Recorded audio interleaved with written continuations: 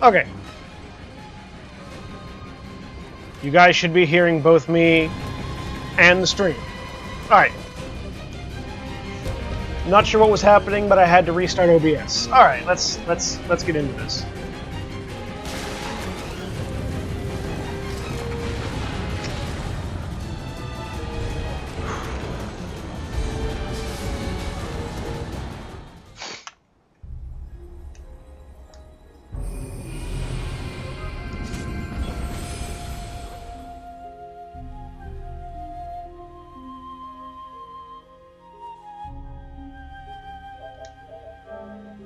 Just had to make sure I was playing the right character.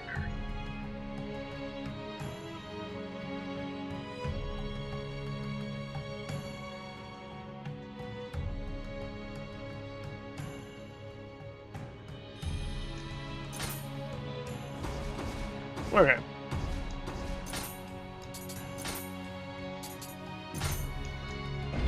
Let's do some dojo training. Hey, Austin, how does it sound? We'll see in a second. The test audio I did earlier sounded decent. So, hopefully this sounds good to you as well. Adjust the output up slightly. I'm talking at my normal I'm talking at my normal volume right now. So, sounds okay? Good. Glad to hear it sounds okay. Also, hey Jeremy, welcome to the stream. The cable for the lav goes for like a mile. So we shouldn't have any problem using it on Sunday. Like, it's kind of overkill. But, you know, do what you gotta do.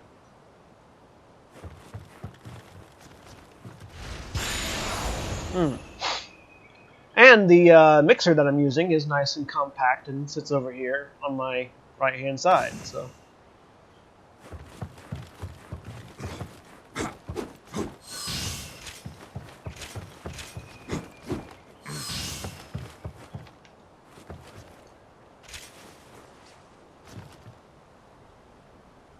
Yeah, it's not quite as high a quality as the Yeti, but that's because it's going. It's not as big of a mic as the Yeti, but there's less background audio and it's still decent quality. It's also more controlled than the Yeti is. Like if we could just have everybody having a Yeti, that would be great. But that's not a possibility.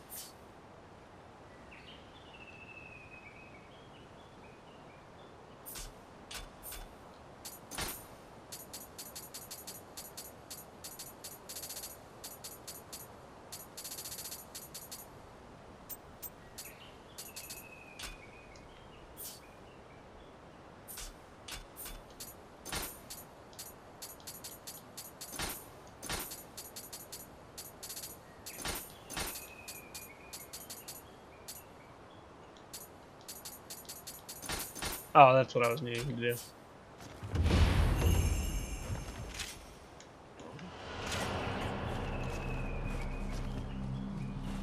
Now we fight!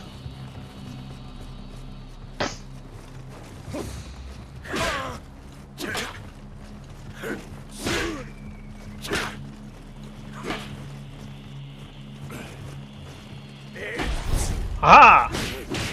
You weren't expecting me to use the technique that I learned.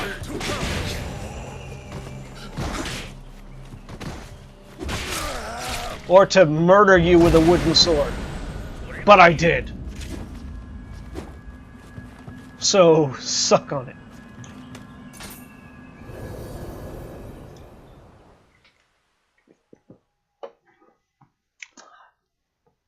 Also, Austin, I hope your units, I hope your back is feeling better. If you're still watching.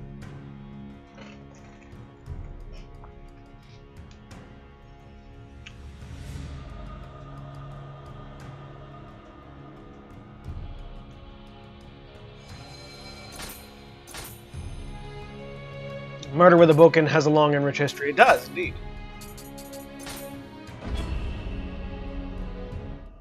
Now let's do some magic training.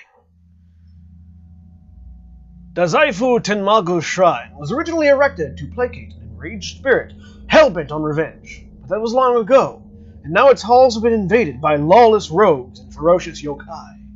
Rumors abound of a particularly unsettling cry emanating from the vicinity at night.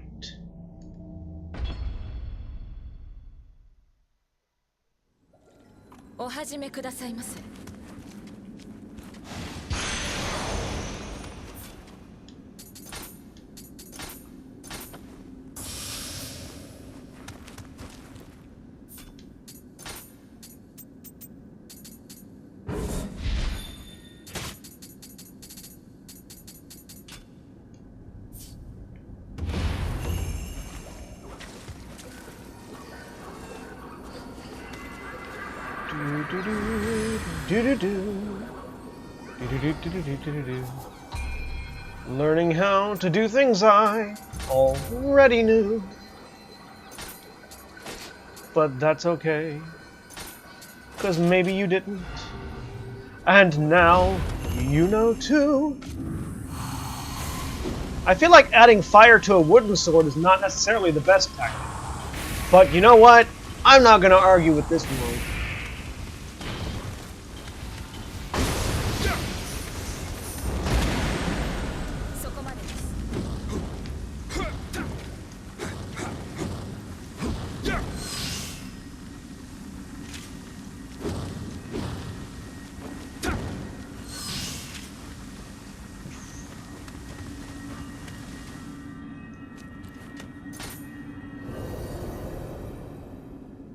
I mean, it does work more... Well, it works more easily than trying to light a metal sword in real life. In this game, exactly the same.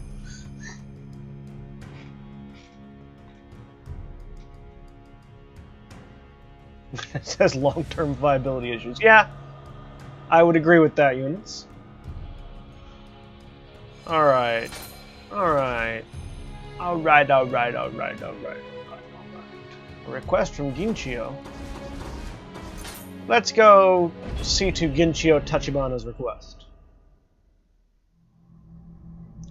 These ruins, located deep within the mountains and surrounded by sheer cliffs, are believed to have been constructed by a once powerful clan. Even after the clan's demise, its great shrine and underground catacomb remain impressive, but with no one around to care for them, they have fallen into ruin. And now house nothing other than yokai. At this point, not even grave robbers are willing to approach it.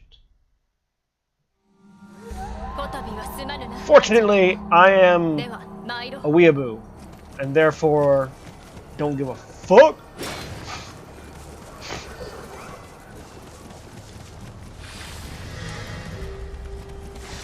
Hello, Skelemans. Man, this game really makes me want to play L5R. Like, supremely makes me want to play L5R.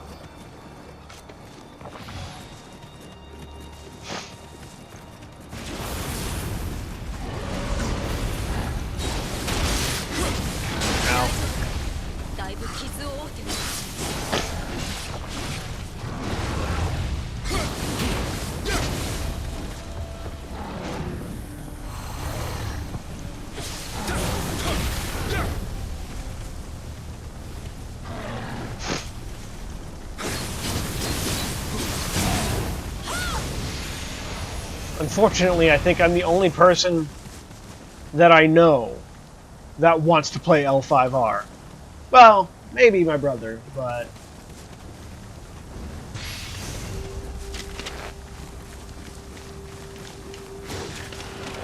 it's one of those. Oh, I absolutely know nobody else wants to play this game. I still want to play it. Well... At least my arrow struck that pole. Ah.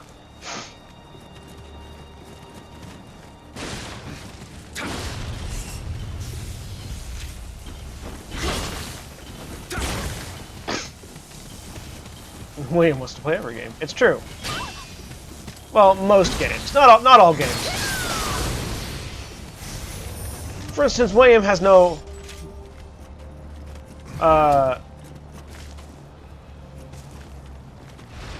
like Shadowrun is a game that William does not always want to play.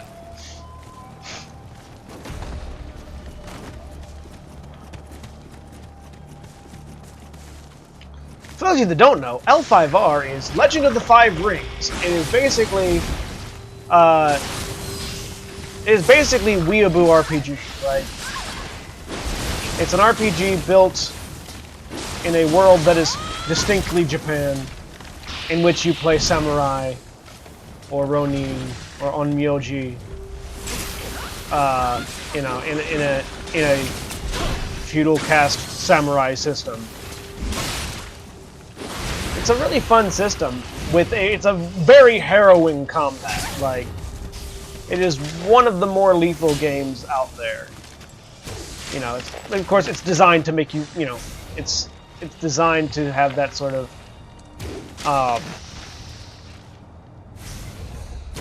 Every sword fight is potentially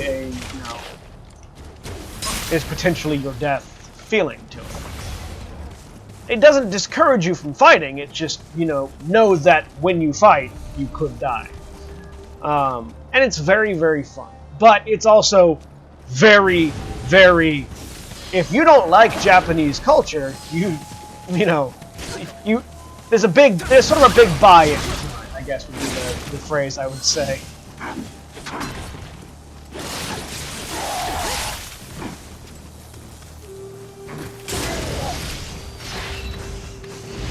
Ooh, hike armor, you say?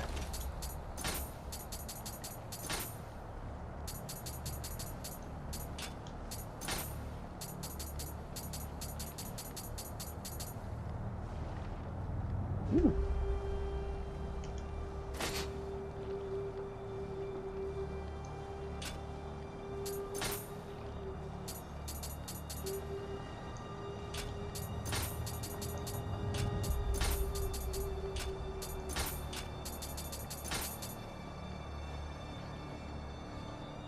I mean, it's super heavy, but it's also super good, so...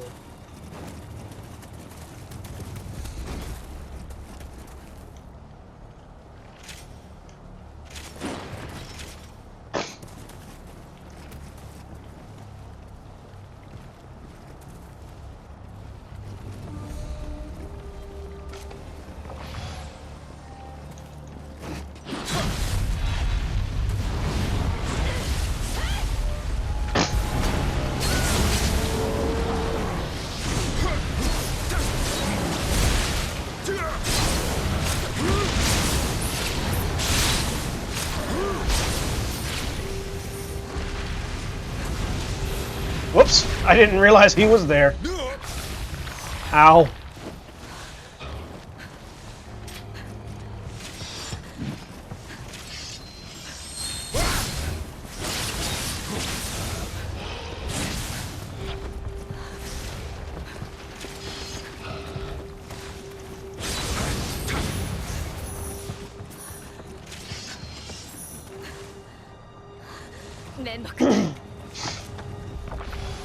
I mean, I don't know why you're ashamed. You died to a demon that eats people's flesh.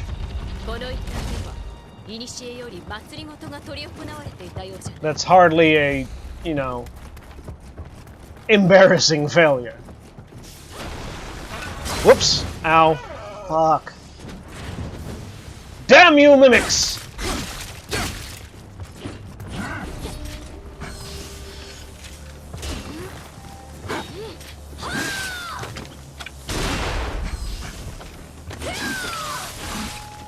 You got it? Seems like you got it. Yep, you got it.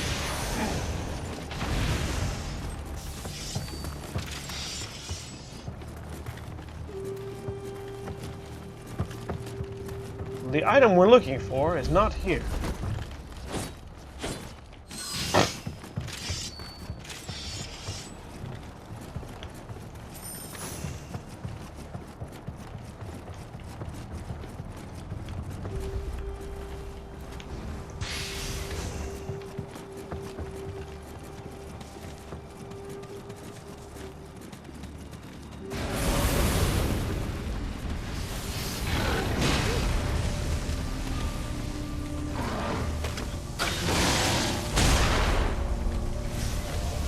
I need you to eat it, sir.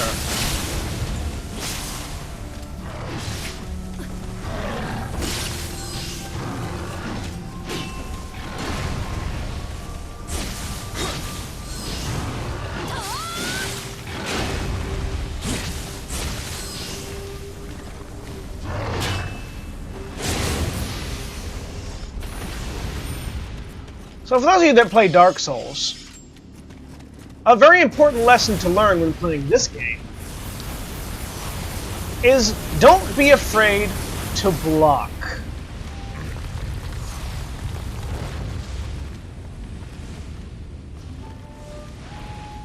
That is probably the hardest thing for me to learn about this game, is to block. Because playing Dark Souls and Bloodborne and everything has sort of imbued in me this desire to dodge everything. But there are some things you can't dodge, or you don't want to dodge. You just want to block and tank it. And that's not an easy, like I said, that's not an easy lesson to learn.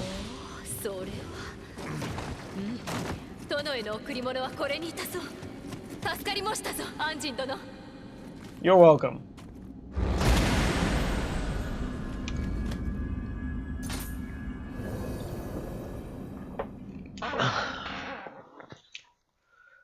Yeah. Oh, tangle up in the cords. Hey, MC Unkenham, Machunkenhams. I can never pronounce your name. Hello, welcome to the stream. Yes, I did change my armor. I found some really good armor on a dev bot. I'm probably gonna change it back though for now because it's also super heavy. Yeah, I found this stuff, which is like whew, nice, but heavy. So.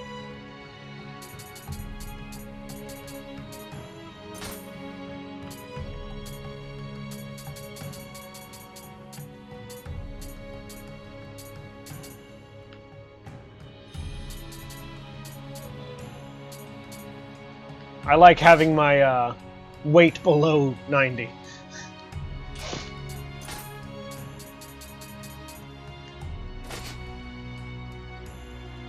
I was doing a themed run, yes. Unfortunately, the themed run gear sucks. I'm still using that. I sort of started it off as a theme run and then decided that that wasn't working. The Sonata gear is really good early levels, but you quickly get better gear.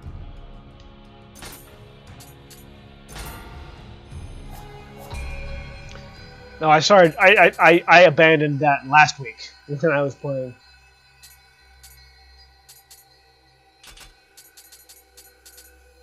Kind of want to get everything up to 10.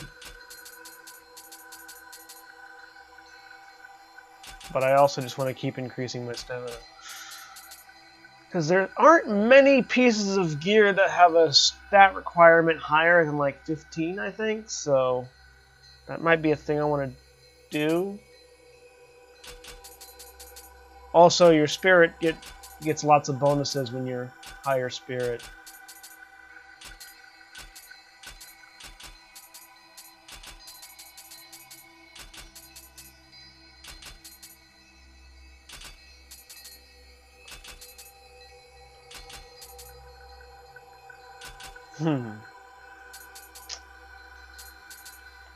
Let's see if I can.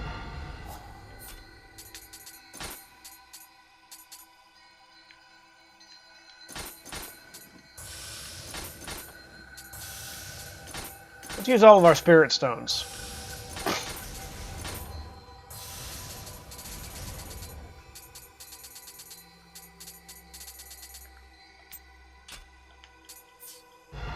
And then make lots of offerings.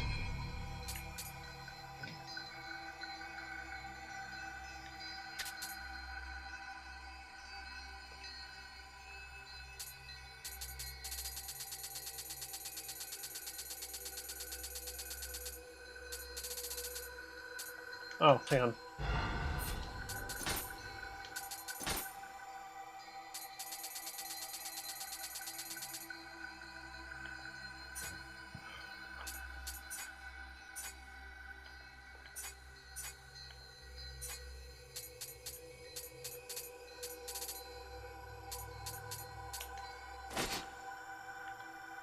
Get that right, kitty.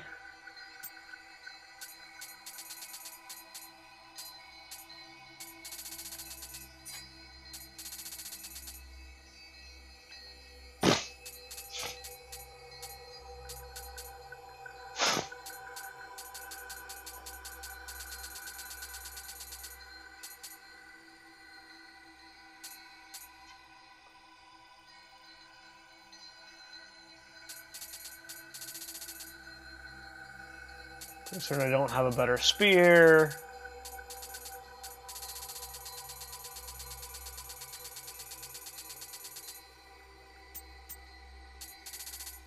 Ooh, Warrior of the West Bow.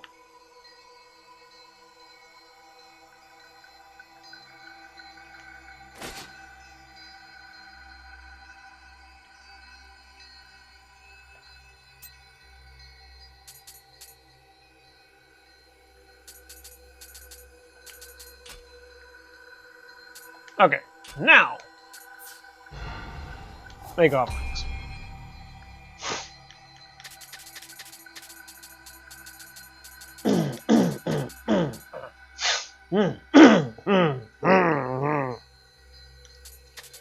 That was a weird feeling in my throat.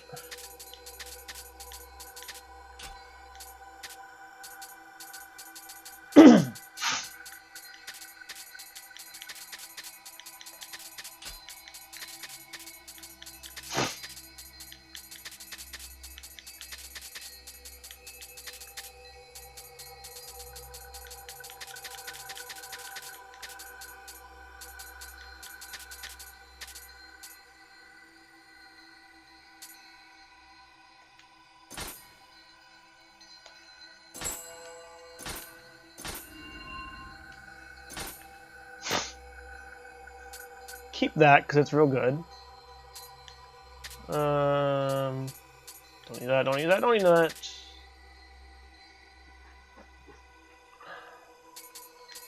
Or any of that.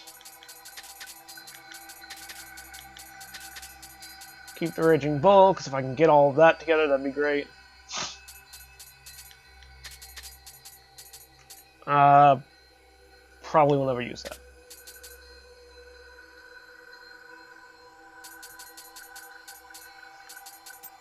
That, no, no, no, no, no, no, no, no, no, yes, no, no, no, no, yes, no, no, no, no, no, no, no, no, no, no, no, no, no. How many other? I'm not throwing away any other Warrior of the West gear, am I? No, no, okay, good. No, no, no, no, no, no, no, no, no, no, no, no, no, no, no, no, no. I mean, yes. No. No, no, no, no, no, no, no, no, no, no, no, no, no, no, no, no, no.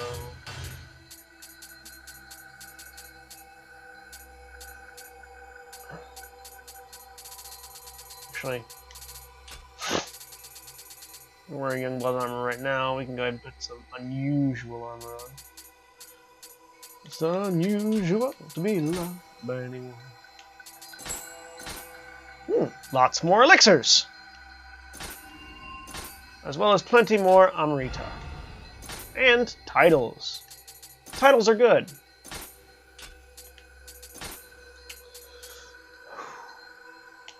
luck, life, Amrita.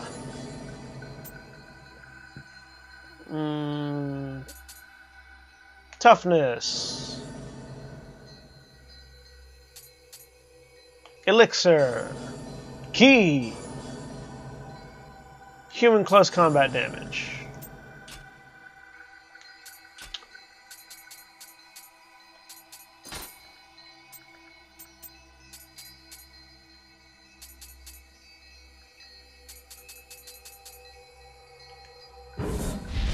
Need to get all the living water stuff because they're really good.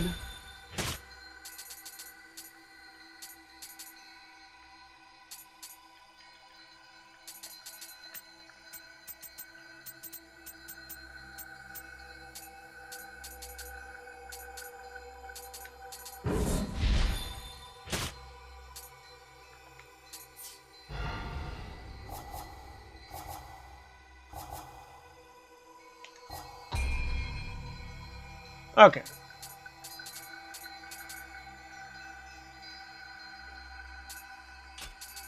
We'll do that. Because upping our skill also gives us more points. So we can get that one.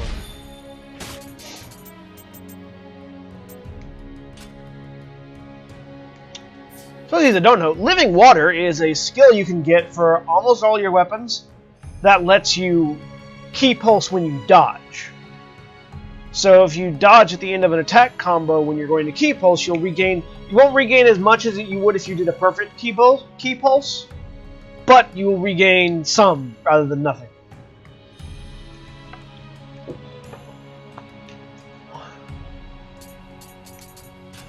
So if you're a Dark Souls player, it helps.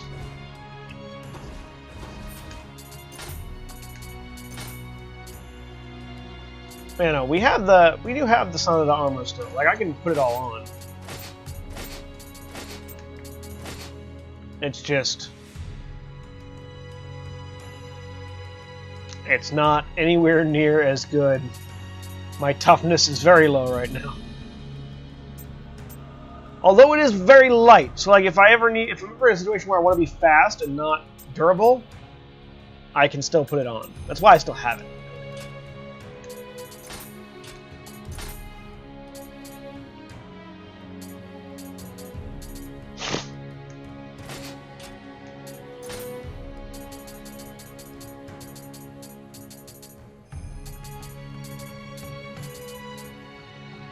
Ooh. Plus 2% on Rita earned. Prayer beads, you're going on. Oh wait, nope. Kodama Sense fan, you're going on. Kodama Sense is best power.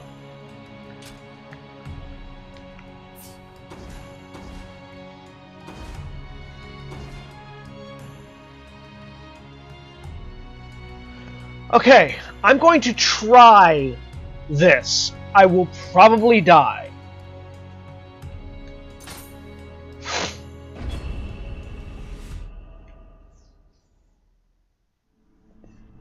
There's an ancient Japanese saying, "What I thought was a ghost was merely dried grass," referring to the Suzuki grasses that turn a golden brown in the autumn months. Their distinctive waving in the breeze is the source of the supernatural connotations, occasionally tricking observers into thinking they had seen a ghost.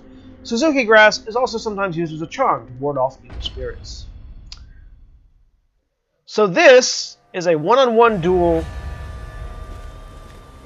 with him.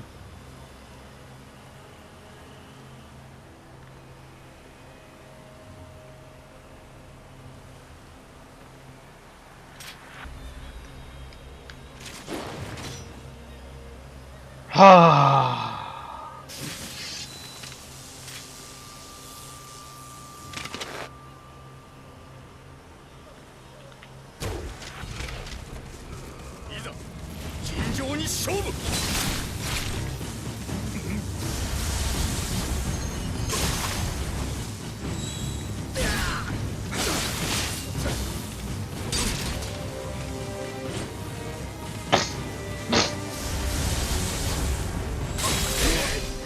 Fuck!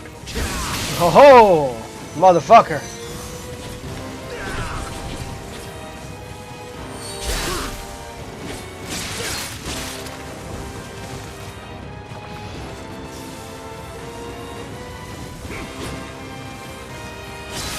Ow. Ow.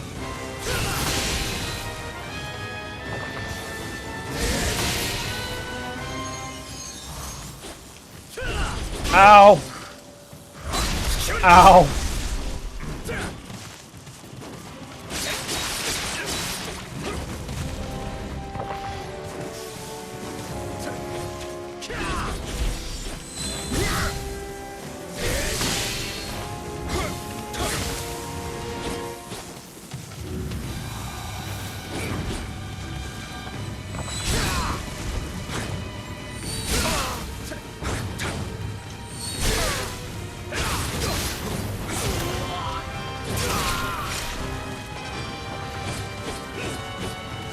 Oh.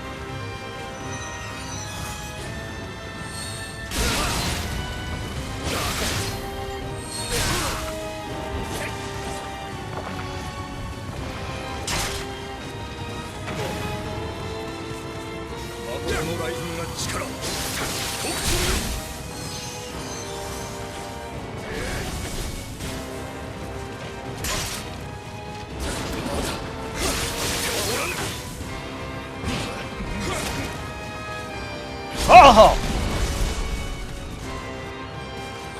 I am out of healing stuff.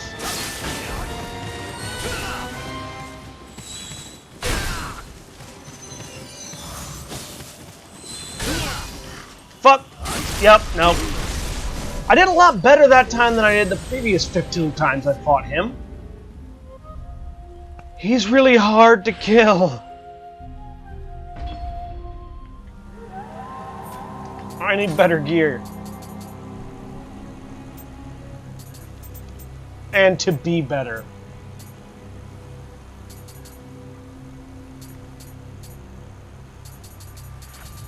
I need both better gear and to be better.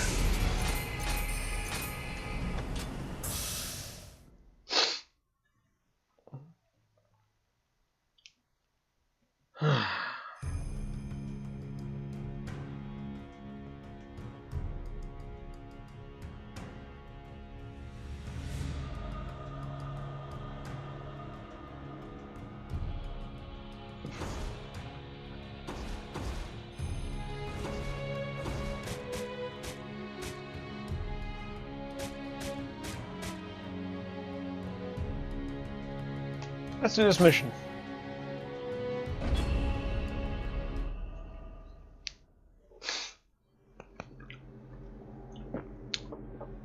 Kuroshima is a tiny island off the coast of Usuki in Kyushu's Bungo province. There is little in the way of usable land, with the coastline rapidly giving way to cliffs and mountains. Clinging to its edge is the smallest of fishing villages, its residents eking out subsistence farming on plots carved out from the hills. Their frugal lives stand in stark contrast to the village elder, whose opulent mansion perches atop the island's tallest peak, strangely oversized for the small island which it overlooks.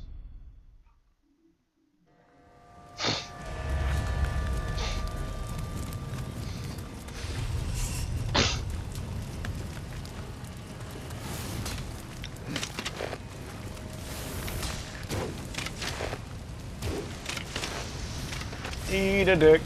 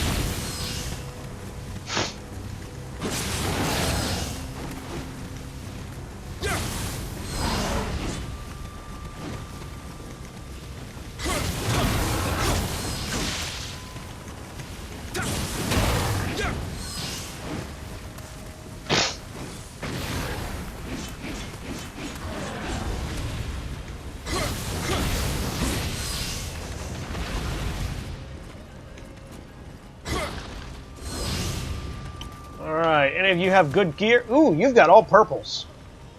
Let's fight you.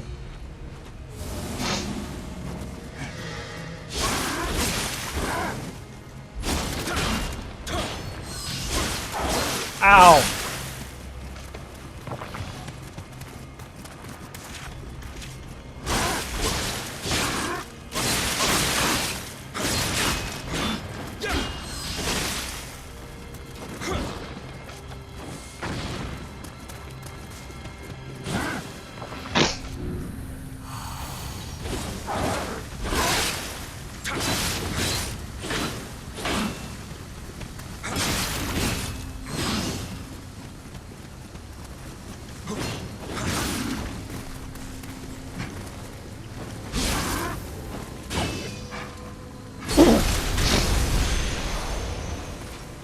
Oh, it's just Warlord armor.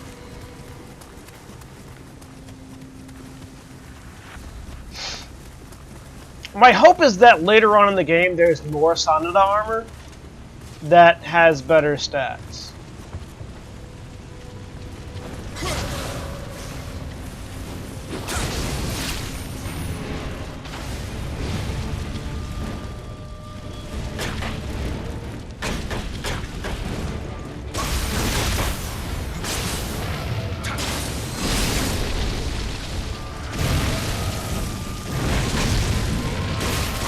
Ow! Okay, that didn't work out as well as it has previously. The shoving me into fire was the problem. I need to not get shoved into fire. If I can avoid that, I'll be doing good.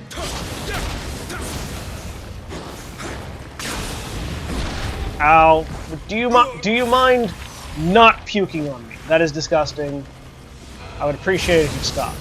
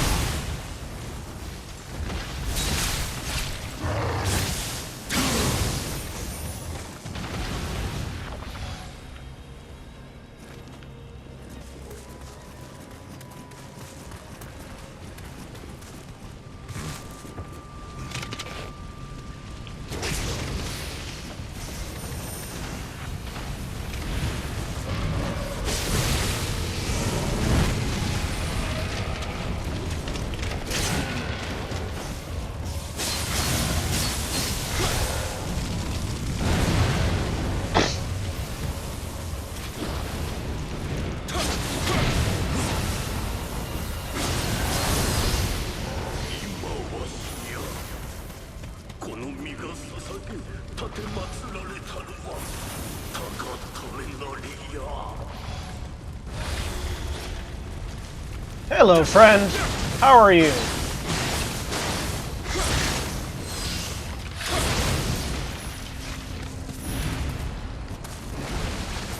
Also, I hope everybody's enjoying our return to the perpetually on fire village.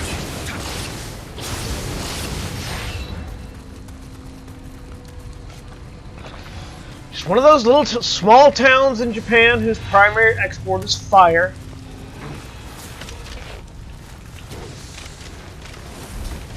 As we all know, there are many small towns throughout the world whose primary export is fire.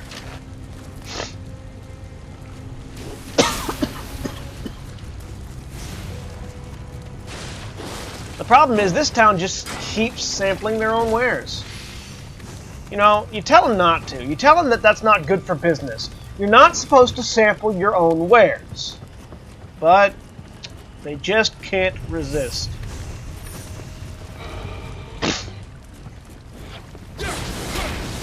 Go away, please.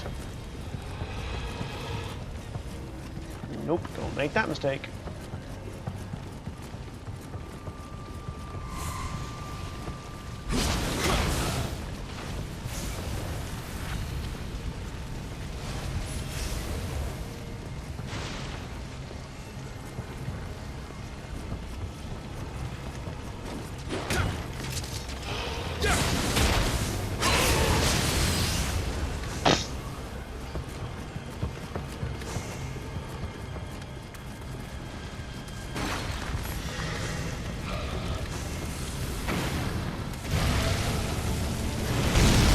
Hello. I'm just gonna go ahead and end you now.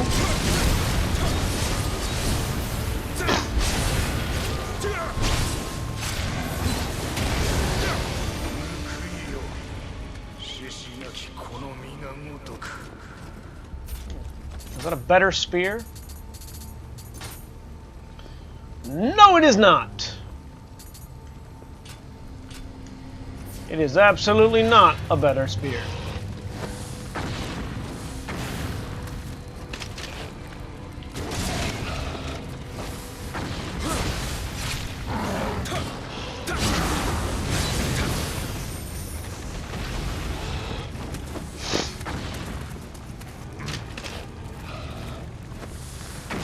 Damn it.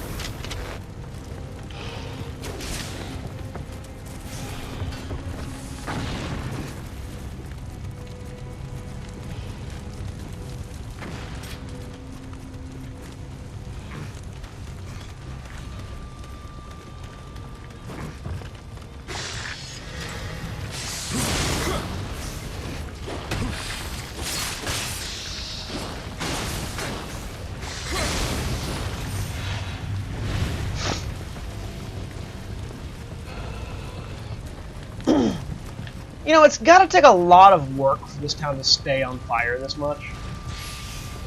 That's got to be like a full-time commitment, you know?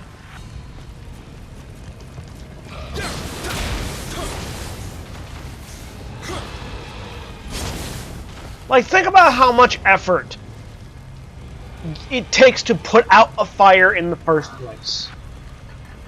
Now imagine, instead, that effort was being directed towards maintaining precise amounts of fire. No more, no less. A specific and constant amount of fire. That's a lot of effort.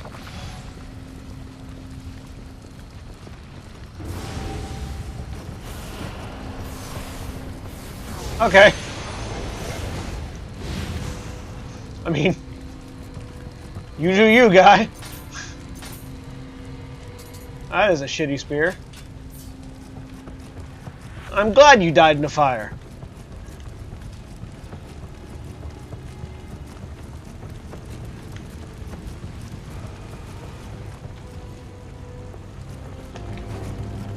Does this guy have a better spear, maybe? Let's find out. Yeah, looks like he's got a better spear.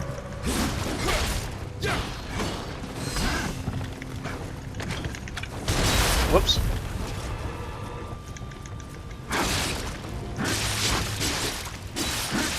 Ow, ow, ow. Do you mind?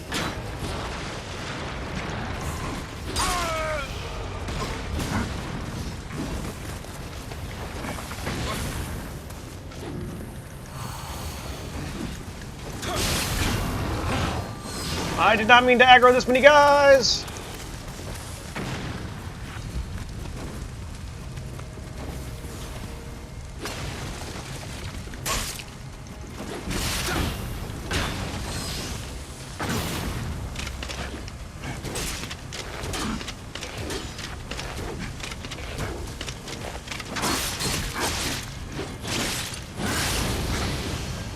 I didn't drop a spear.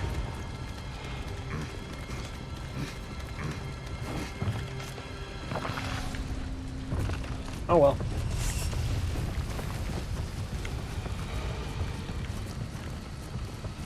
Bye, fuckers!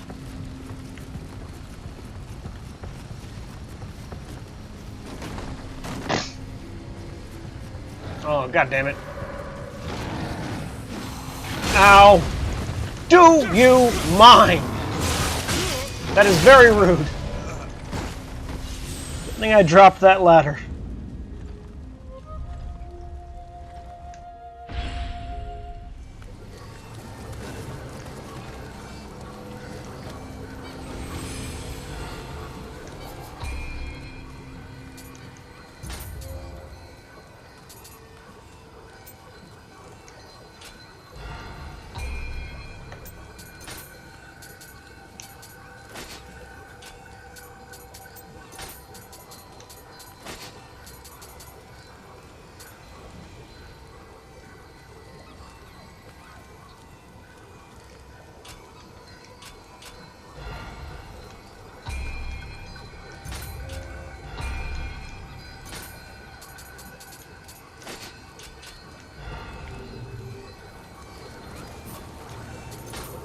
Let's use this. See how long it lasts.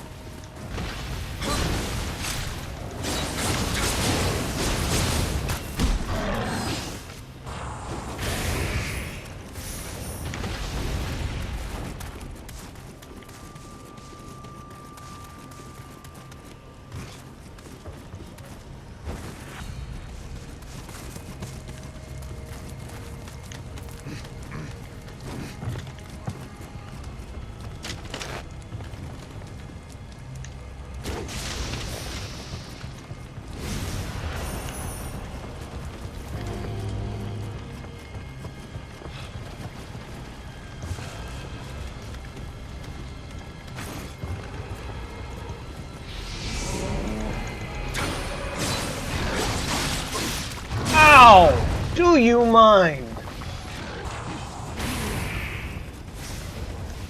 Please and thank you.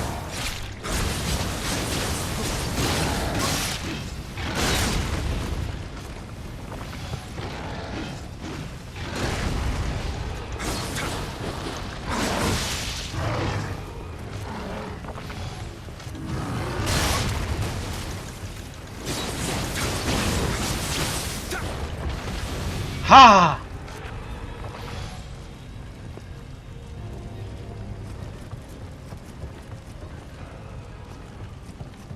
Demons, man, they're a bunch of dicks.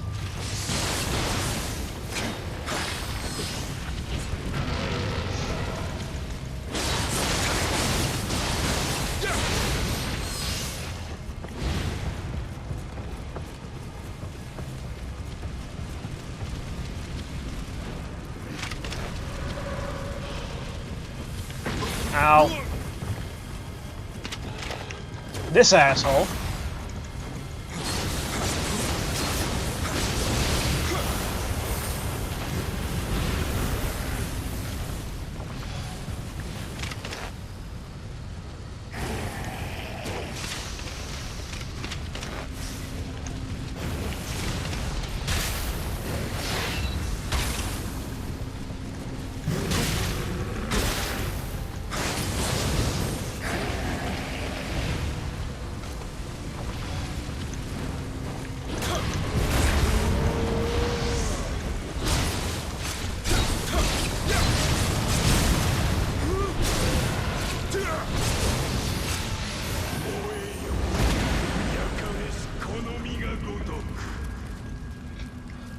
Ha!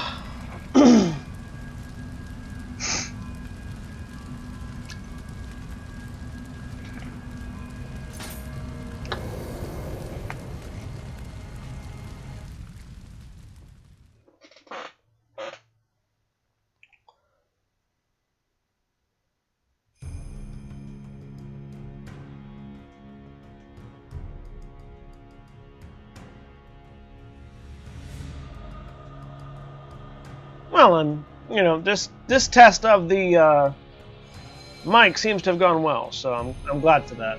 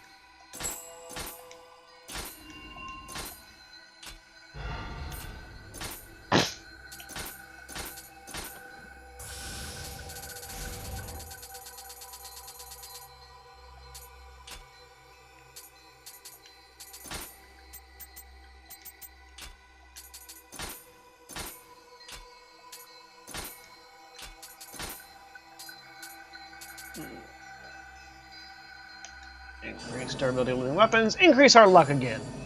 Luck seems like a good thing to increase whenever we can. Increase elixir effect. Decrease damage from fall.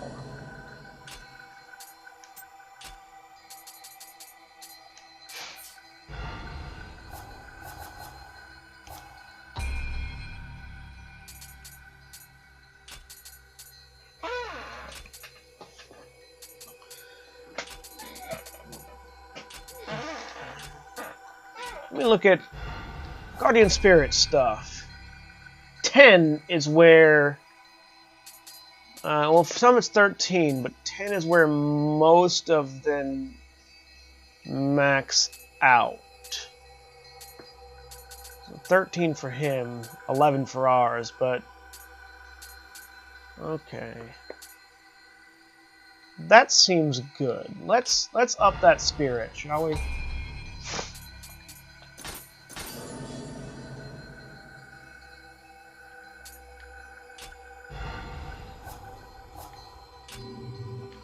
Alright, let's move to the next region. Cutscene time. Weeaboo, 官兵殿が船員を手配してくださった。わしは大阪におられる家康様へ石田方の動きを伝えに参る。早速毛利へ向かう長政殿と共にリーフデ号で大阪に向かうことにいたそう。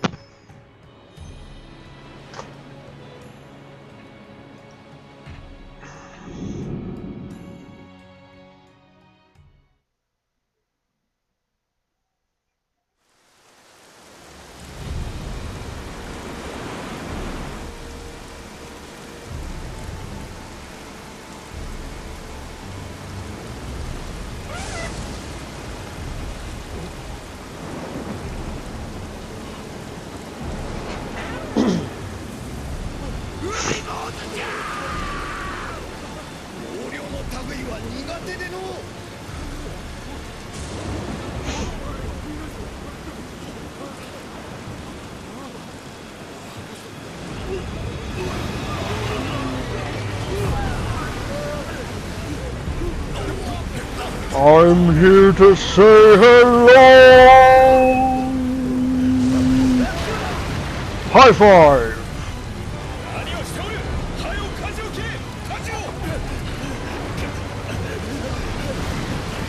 Where are you going? Oh, nobody wants to play with me.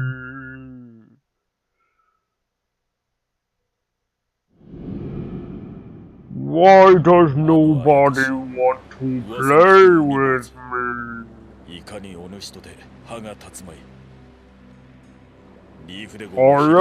so sad. 秋に夜としよう。長政殿は親族にあたる平岡頼勝殿の調略に出向くとのこと。船が修理されるまで身動きは取れぬし、毛利の調略を手伝ってくれ。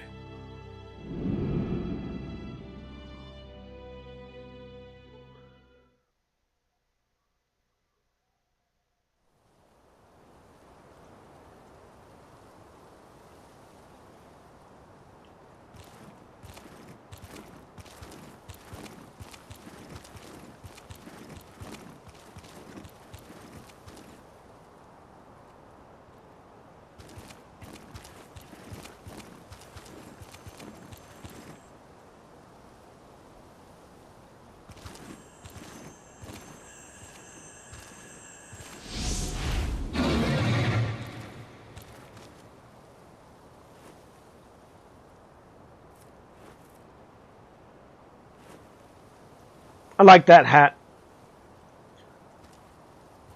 Also, why does he get a sheath? Oh, it's alright. We have a sheath too. I don't know what I'm talking about.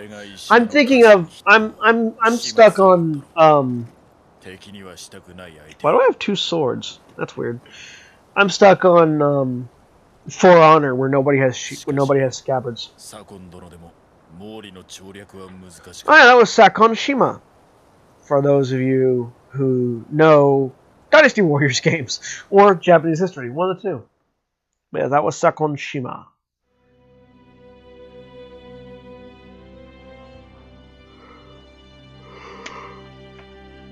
Oh.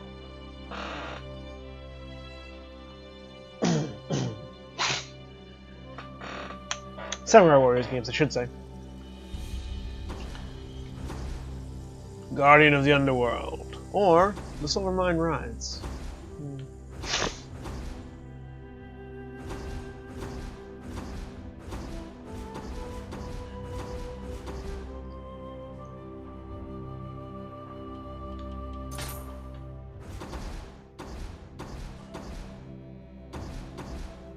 An ominous cavern.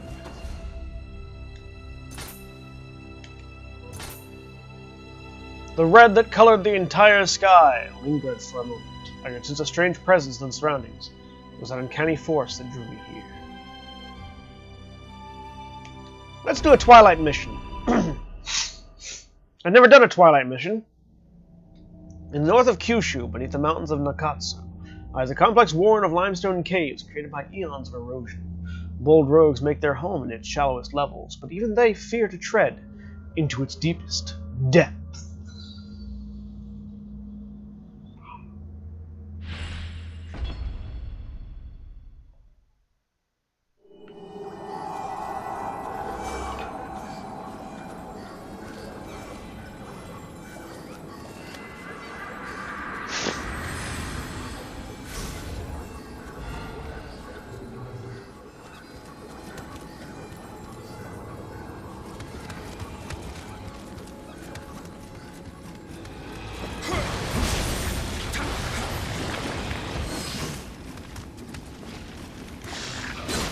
Ow!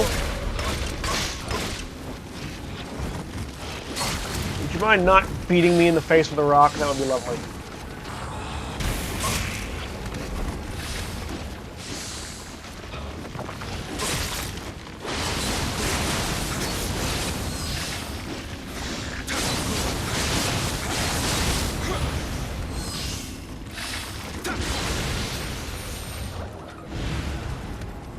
Aha!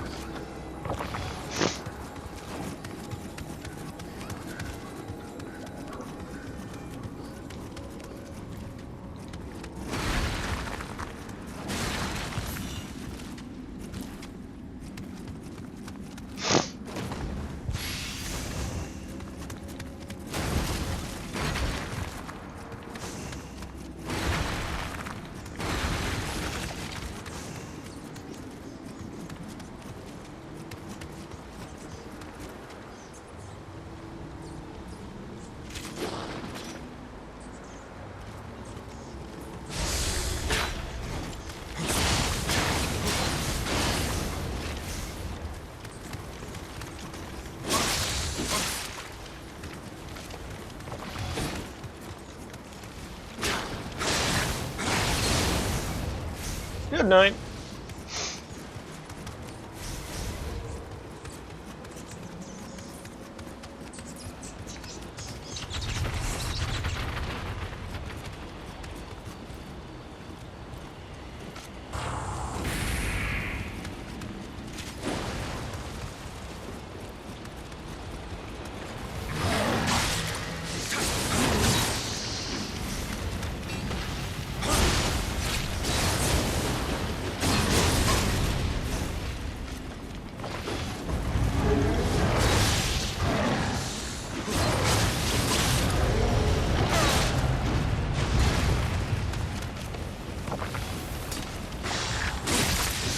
Ow.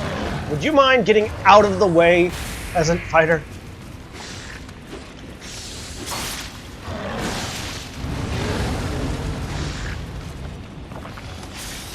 Like, this fucker is just getting in my way right now.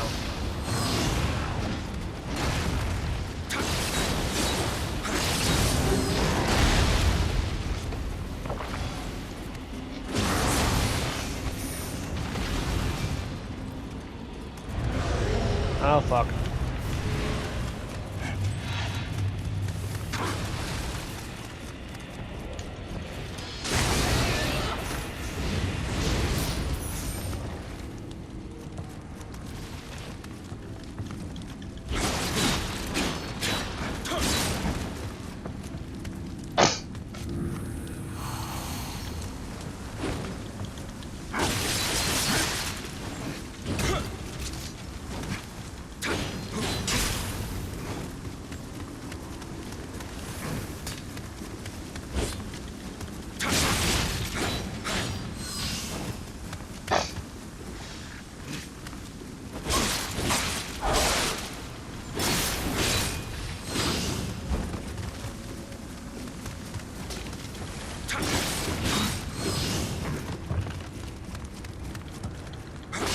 There we go.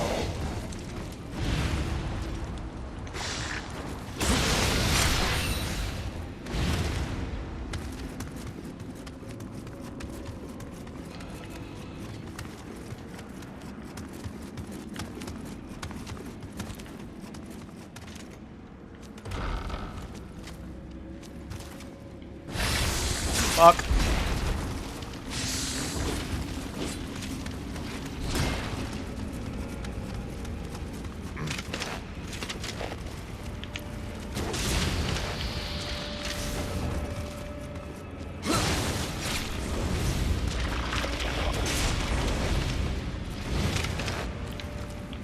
There we go.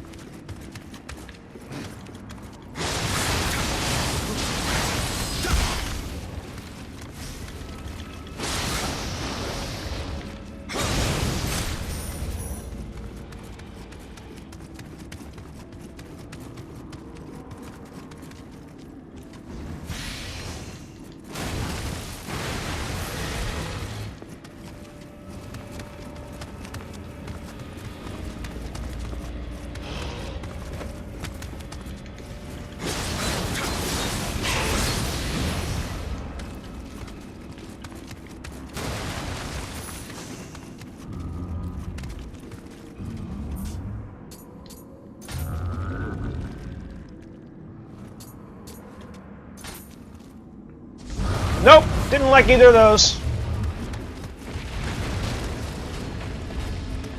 Narakabe did not like those emotes. Where the fuck did you come from?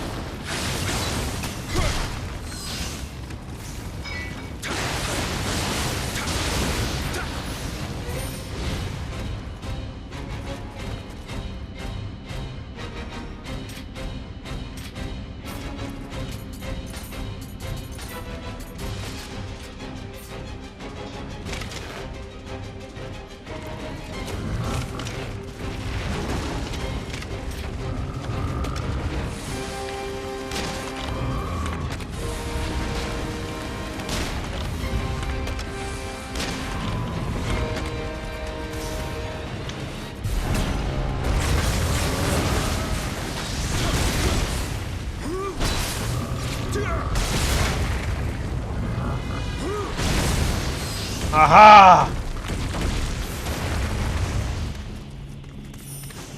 Eat it, Narakabe. What you get for being a dick? A giant stone dick. Crushed to death by the Narakabe for his friend. Oh! See, there are guys here that indicate what behaviors the Narakabe don't like.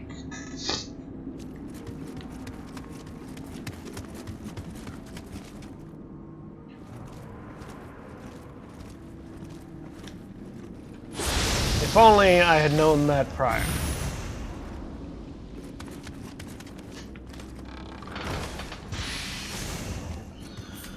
Okay.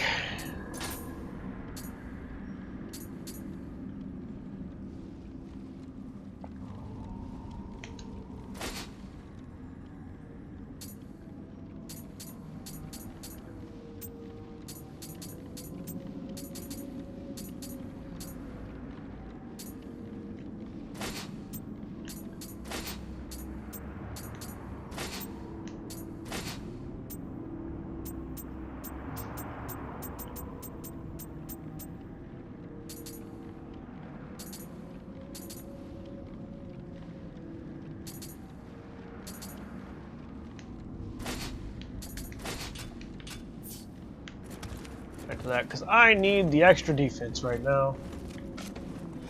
Ooh, but I did yet.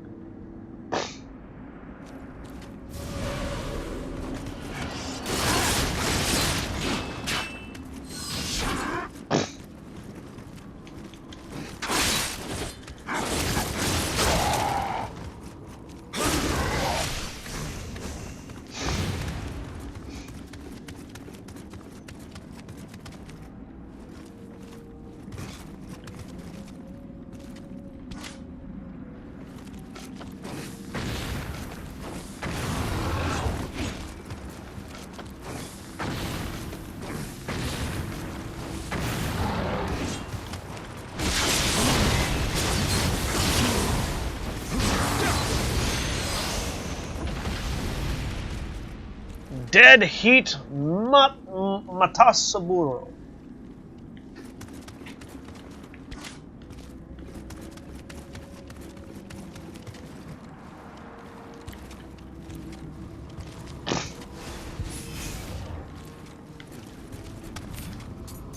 I do have some of this.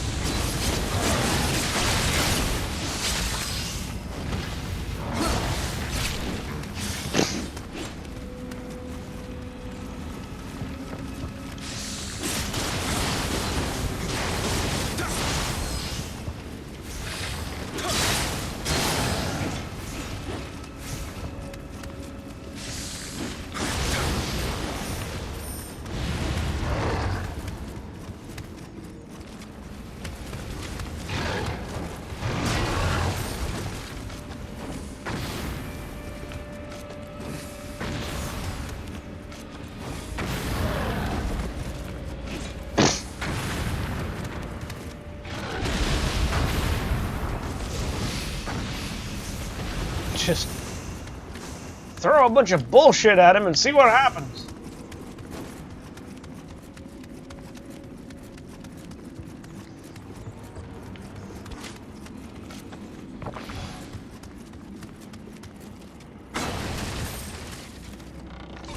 Okay, so apparently there's no way to tell that these guys are mimics until you open it.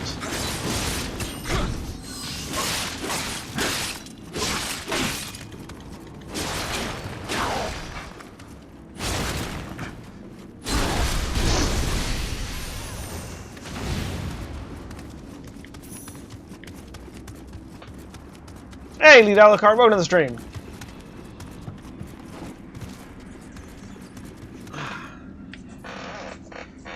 Putting my arms down so hard on my armrests that my arms are gonna start going numb.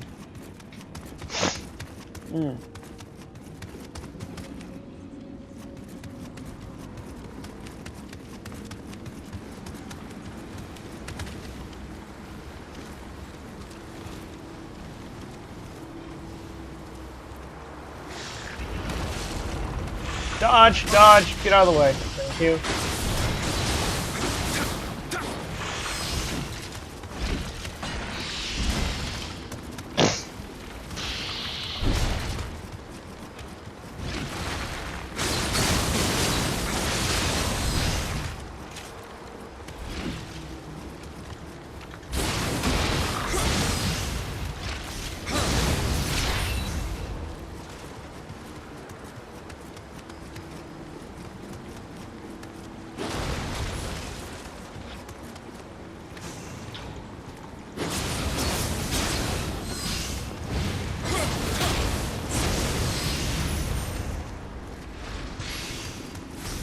You need new mods for Civ 5? I don't know if I've... Is Civ 5... Is Civ 5 the newest one? Or the one... Or the second newest one?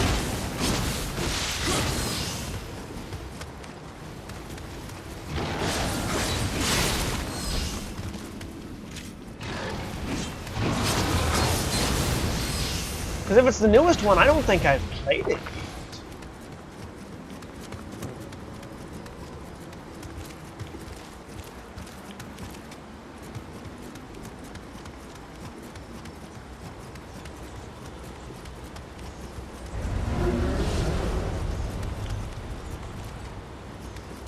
Okay, where's the douchebag?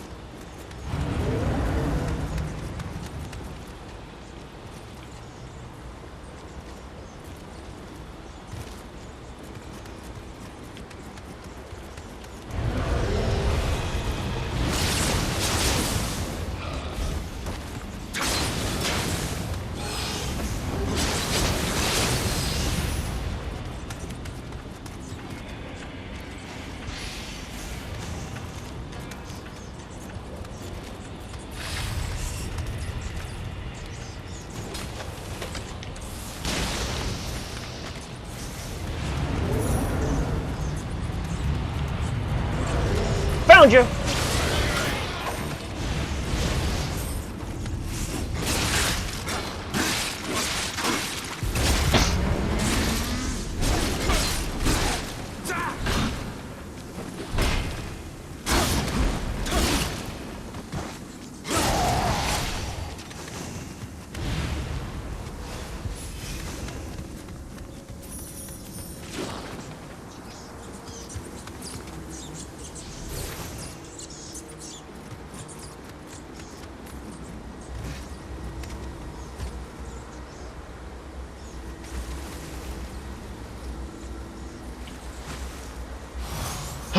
Six was released last year. 5 was 2011. Okay, so I have played 5. I haven't played 6. So, I mean, I still can't really help you because I don't know.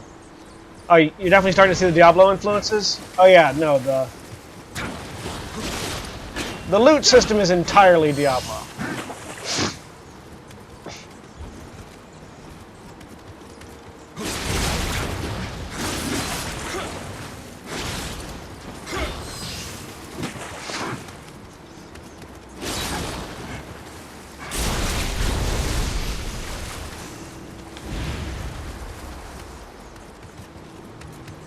Like, the fact that everybody explodes in a pile of loot, of differently colored loot, is the big Diablo sign on top of the whole thing.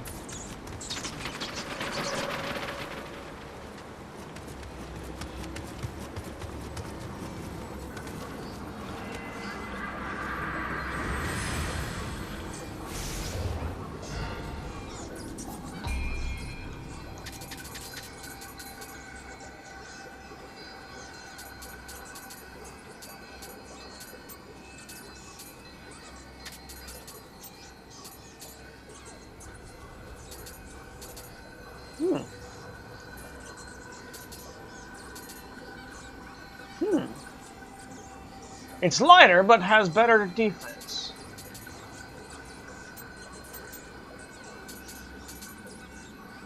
I'm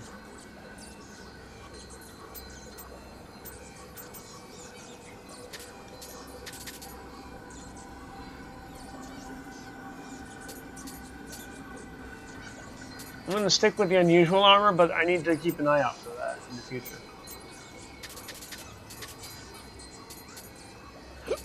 Lighter, but better defense.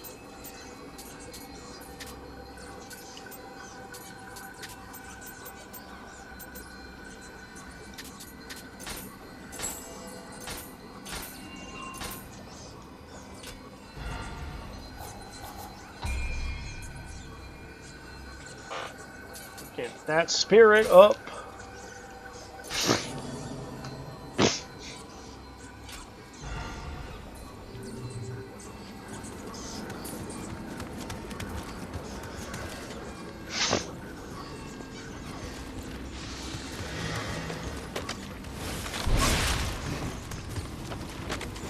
Ow. Fuck. Would you please stop hitting me with your axe?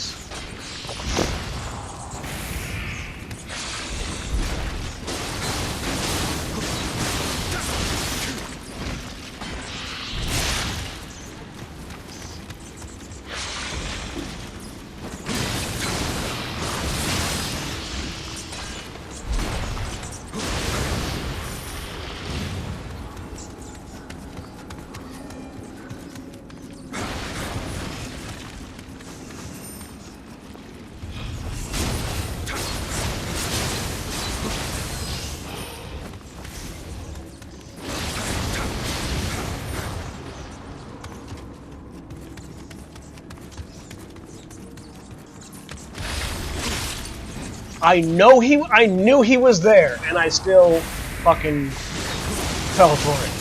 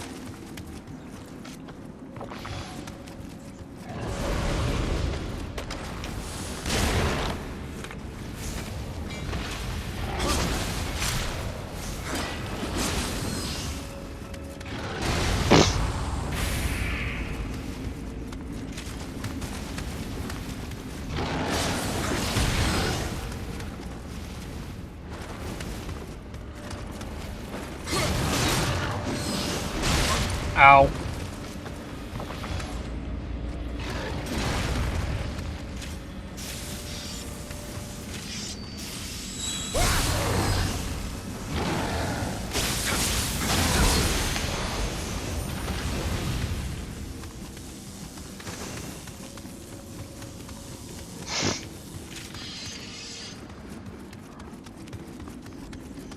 Alright, what was he crushed for?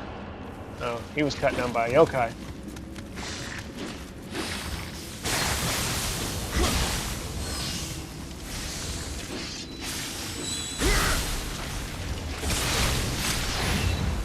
And what was this guy crushed for? For his hostile behavior. So this Neurokabe does not like hostile behavior. Okay, there we go. That was it. Okay, so I figured out how to determine what the Neurokabe do and don't like. There will be somebody nearby who will have died to the Neurokabe. Crushed to death by red, his hostile behavior. There are 3 different colors of emotes. There are yellow, blue, and red. Whatever color it is the one that will get you attacked.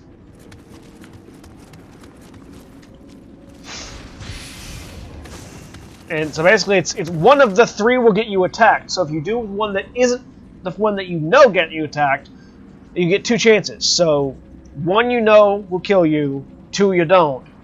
If his eyes turn red, he doesn't like it, so go to a different one.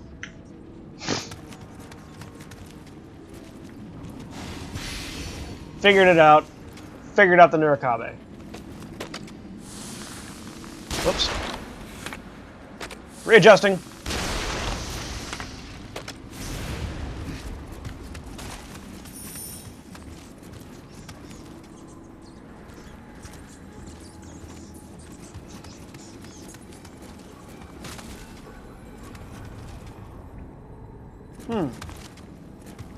My Kodama senses are tingling.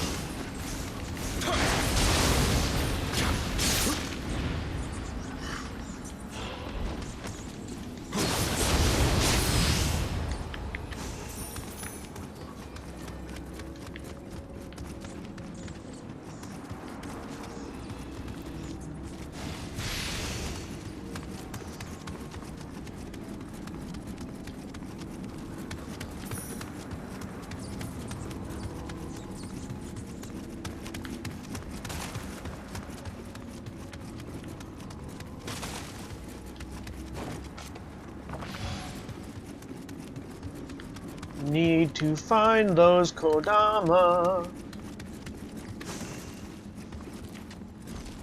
Because Kodama are cool.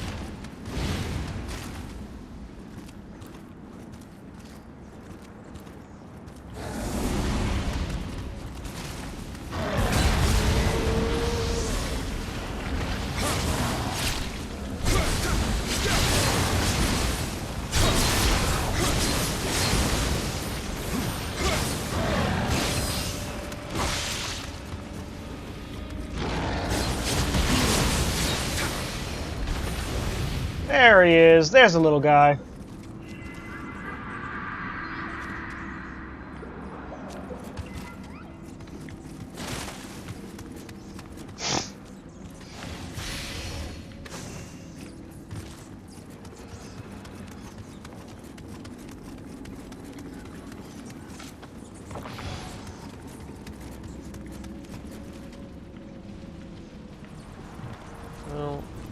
Let's not be like that guy, and let's not fall to death.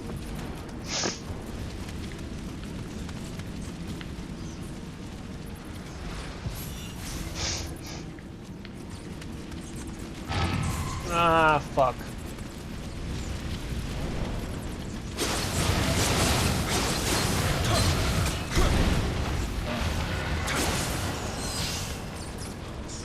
Let's go this way.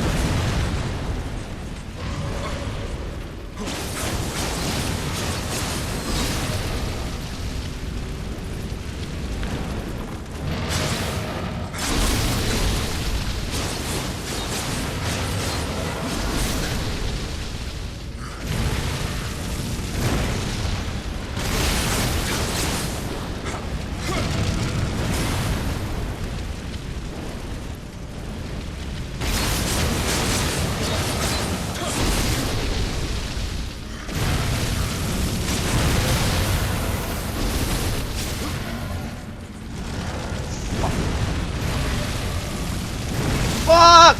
You son of a bitch! I was right there! Ah.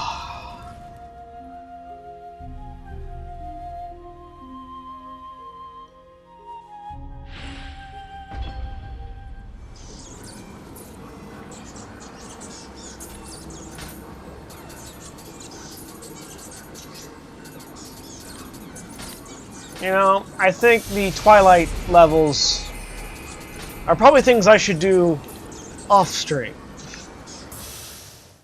Just so I don't, you know, continually be pissed. They are interesting, though. It's interesting that they increase the difficulty of that level not by necessarily increasing the strength of the enemies, but just by changing the enemies. So there are no more human enemies. There's just a shit ton more yokai.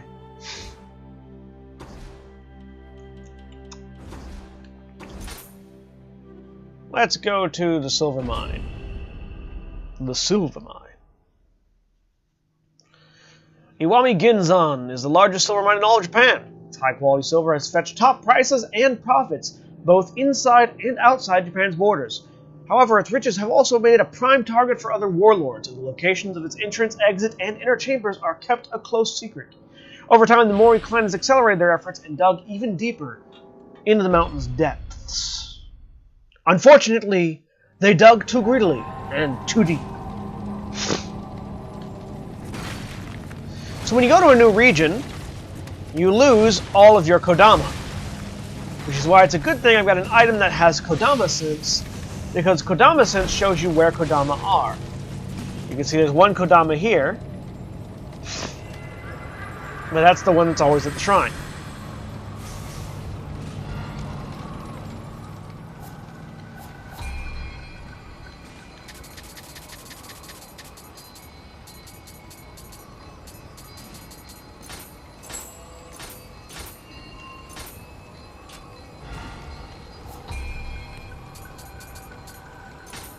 Max out my guardian spirit.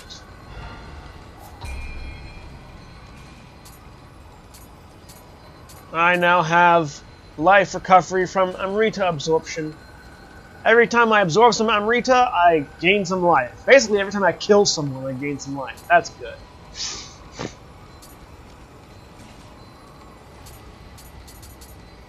And I reduce recurrent damage from poison, which can be important in this area. Why, you ask? Because filled with poison.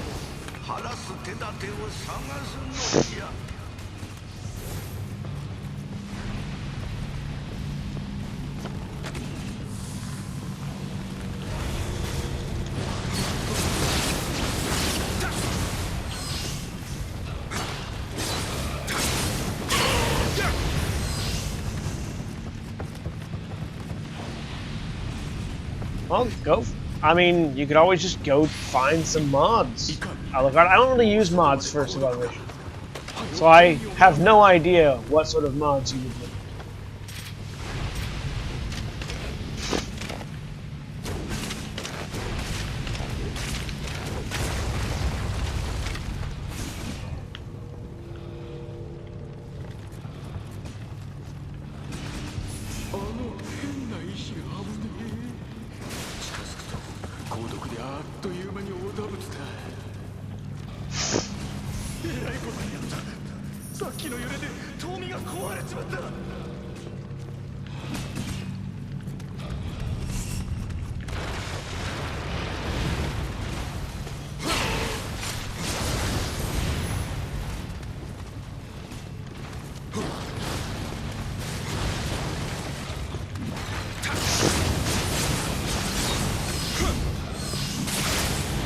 Ah, damn it! No, don't vomit on me! Stop vomiting on me!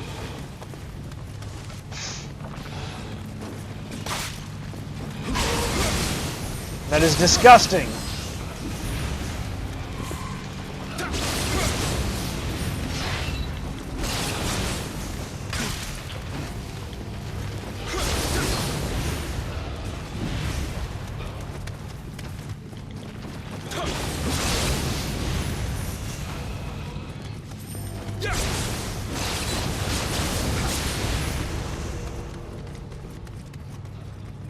You make us in Stockholm civilization?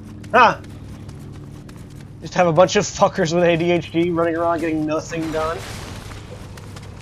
Sounds good to me.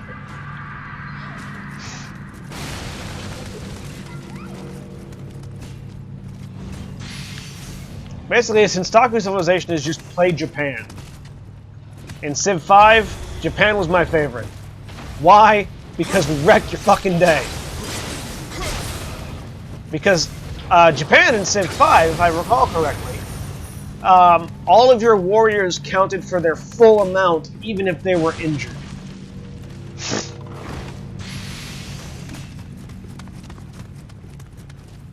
Like, basically, you may have killed 3 or 4 of my guys, but, we're still fighting as if you hadn't.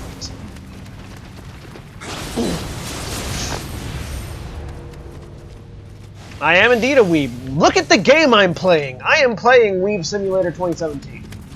I have a show called JRPG Weekly. Is that something that you needed to, like, verify? My icon is a Jester Samurai. Yeah, all units deal full damage regardless of health. Which is the best thing ever. Ooh. It's a better weapon. Mostly because it gains more from... Yeah, no, better weapon. Well, Ikoku Nagyoshi Spear, it's been great and all.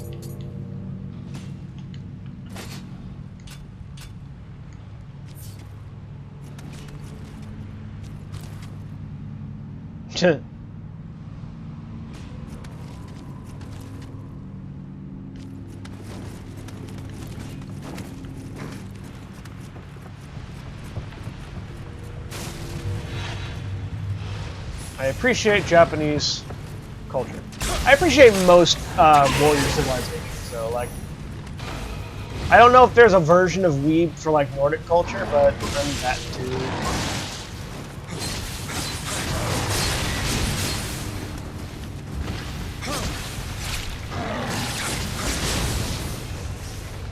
Or I also love my own Italian ancestry. It's another thing that I'm, I guess, a weeb for, or whatever the equivalency would be. That makes me wonder, what would the equivalent term be for someone who is enthusiastic about, because you know, a weeaboo is someone who's super enthusiastic about Japanese culture, but who they themselves are not Japanese. So, what would the equivalency be for somebody who's enthusiastic about Nordic culture, or Norse mythology and culture, but is not Nordic? I mean, I am enthusiastic about Italian culture, but I am Italian, so I guess that doesn't really apply there, but I'm enthusiastic about culture in general. Culture is sweet, you know? It's a pretty cool thing.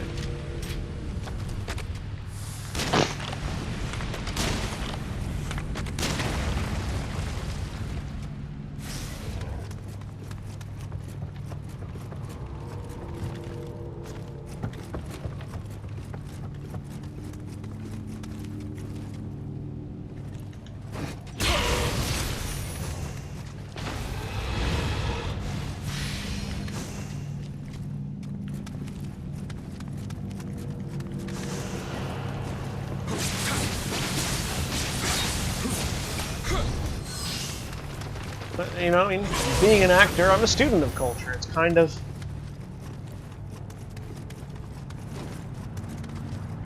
a thing. Italiboo.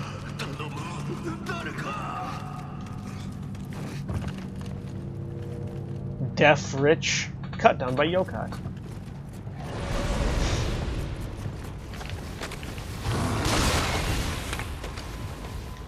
Eat it!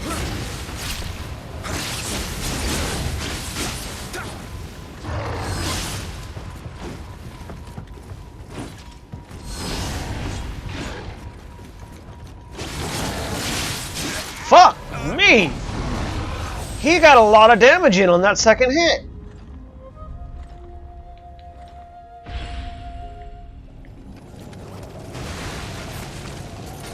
Let's pull that back.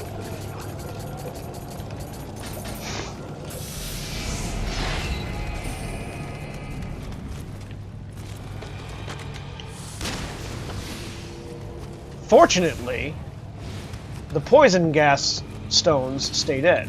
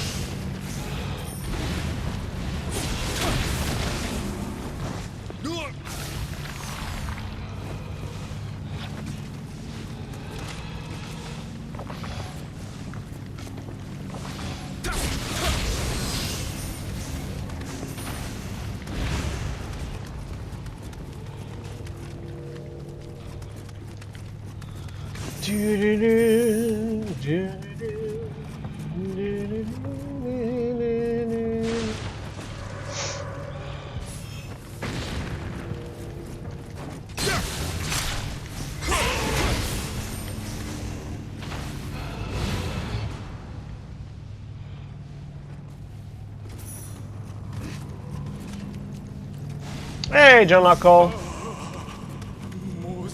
Welcome to Let's Weeb in Weeaboo Simulator 2017. And by the way, am I listening? Please let me know. Let me know how our audio is doing.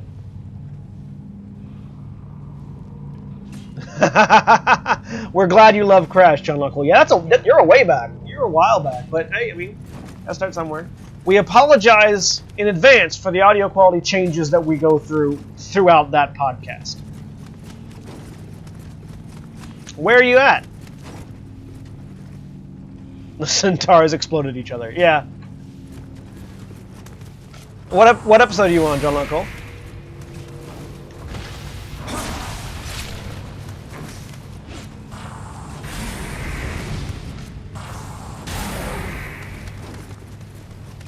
These, the lavalier, by the way, that you're hearing right now, we are going to be using to record the next Warcraft actual play. So, we're going to be using these for our Sunday campaigns.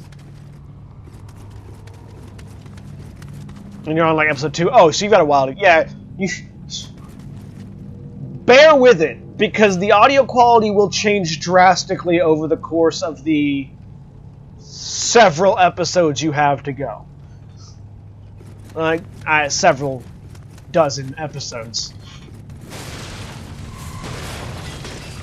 Like, the audio quality is still not where we'd like it to be. So there are going to be some good, some really bad. And we apologize.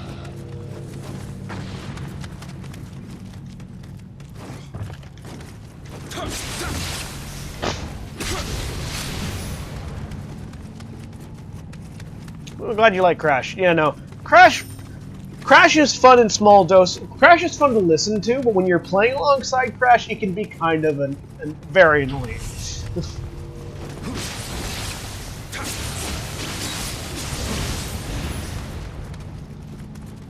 Well, I mean, I'm using a lav mic instead of the Yeti, so the audio quality is bound to be different.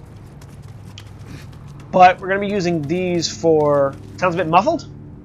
I sound muffled? Compared to the Yeti?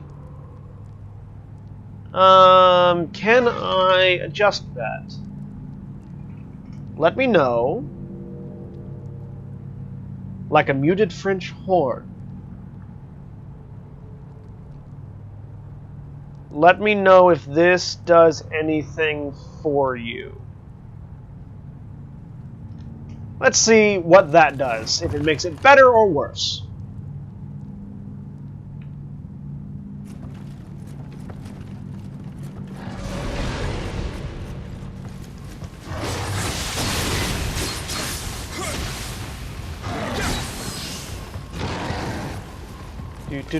I should probably keep talking so that you can tell if it's better or worse.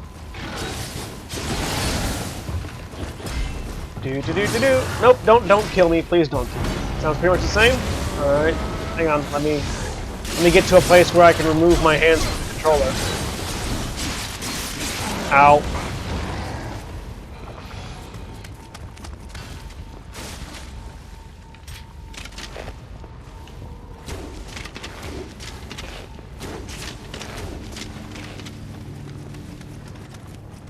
Yeah, I stopped talking, and then I realized I should start talking again. Alright, hang on a second. Let me get...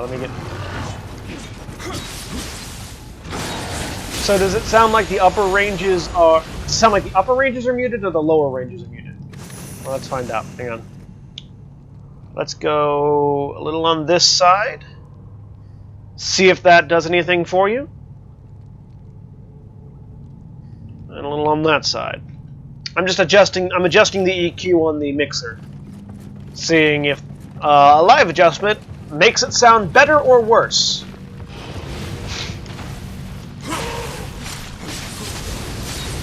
Because this is all good information for me because I'm going to be... That's very tinny? Okay. Cut that back, cut that back.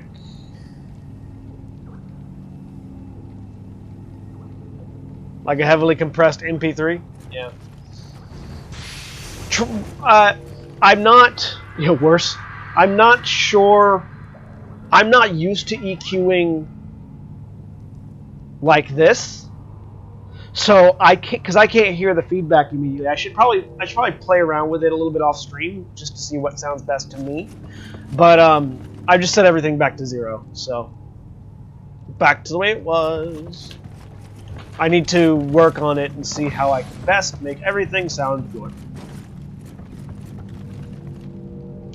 Using the lav as a test. Like the Yeti is available, it's right here. But when using new equipment, you need to actually give it a test run, see how it copes. Not only for the audio quality, but also how it's going to work over the long haul. So when we record our podcasts, which we're going to be using with this, we tend to record them between an hour and 3 hours long. So I need to know that over the course of 3 hours, the quality is going to remain whatever quality it is, and I need to be able to adjust it on the fly like if you guys go, hey, all of a sudden my audio quality dropped drastically, I need to figure out what did it and why. And this is a more controlled environment because I can explain to you guys what's going on. When we record the podcasts, I can't do any editing until after we've already recorded the podcasts. With this, I get live feedback, albeit on a 30-second delay. So that's why we are using the lav.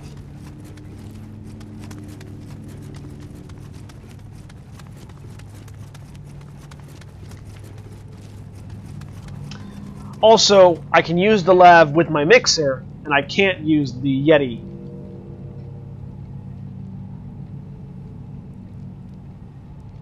Sounds a little bit like that. Wonder if it'll sound better if I adjust where the lav is. Hang on. Pardon me. If I put the lav more up here, does it sound better or worse? We'll find out in a minute. I mean, also, I think I might be spiking the. It might also be that I'm spiking the the mic as well, so I'm just going to adjust the volume down a little bit, see if I don't spike it as much, and if the repositioning helps at all. Because it was right here pointing up at my throat, which may have been part of the issue. Heard a bit of clipping? Well, I've adjusted the volume down so the clipping shouldn't be. Think it sounds a bit better? Yep.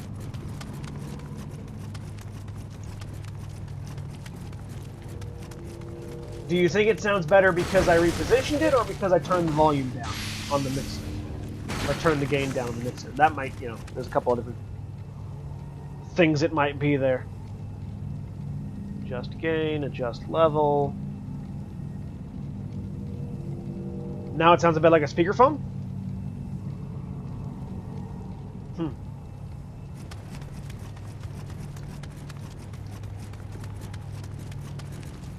Where am I going?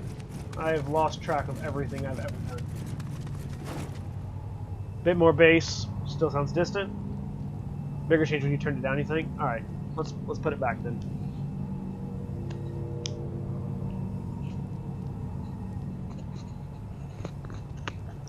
Put it back where it belongs.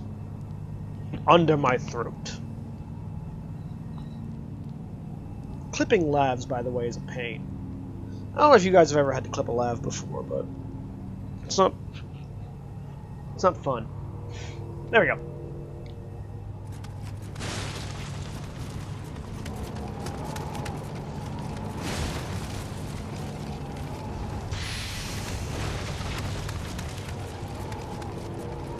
My Kodama sense is tingling. There's a Kodama somewhere nearby.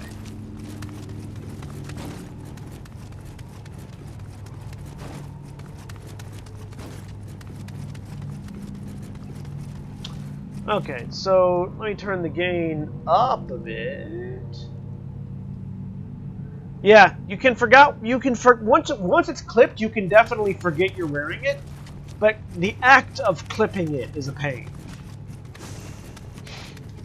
You should get a longboard or longbow. What?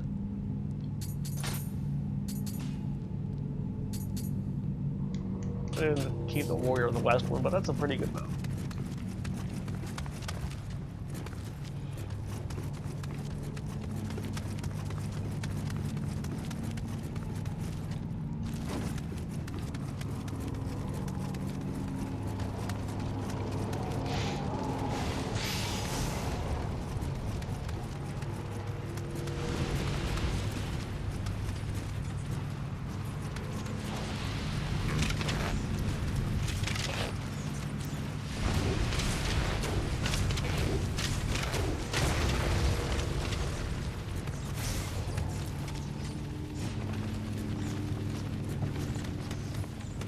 Audio sounds like it's being filtered, but you can't tell what kind of filter. Well, it is going through. So the way the setup is currently, we've got these lavs, which have a 3.5mm plug, going into a 1/4-inch jack, going into a 1/4-inch converter, and then into a 1/4-inch jack. Then going through the mixer and coming out 1/4-inch left and right, combining into a mono 3.5mm. So some of the audio might be that. That might be part of the issue. On podcast, it's going to be double filtered. It's going to be going through this mixer as a preamp, and then it's going to be going into a monitor to translate it into a different audio type, and then via FireWire into the computer. So it's better, worse, maybe, I don't know, but for at least one of the podcasts.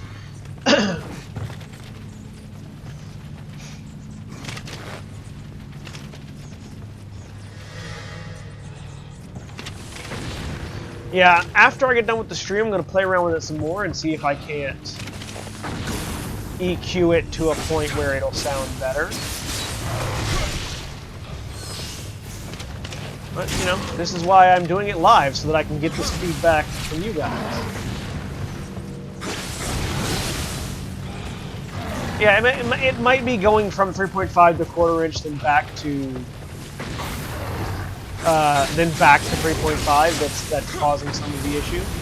And that may just be an unavoidable thing, because let me tell you,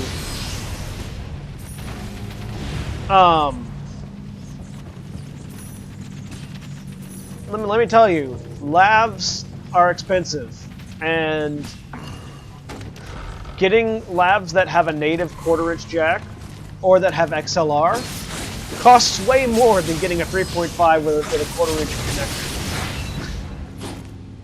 Way more. Like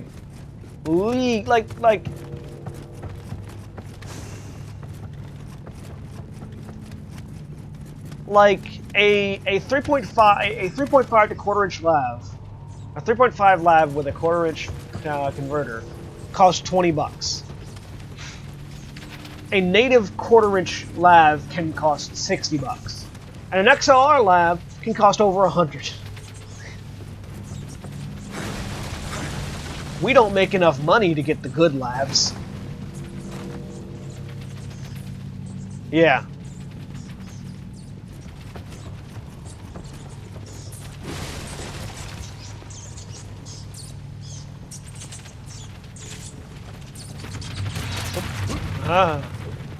I knew they were there, and I still fell for it. But remember, if you guys enjoy our content and you'd like to help us afford the equipment to purchase, if you'd like to if you'd like to help us, buy better equipment, you can always donate to our Patreon or donate directly via our via the PayPal donate button on our website, FilmShowFilms.com, or Patreon page at patreon.com/FSFilms. We appreciate all the support. But yeah, like, this is like these cheap lavs and mixer and conversion is like $160, which is 3 months of our Patreon funds. So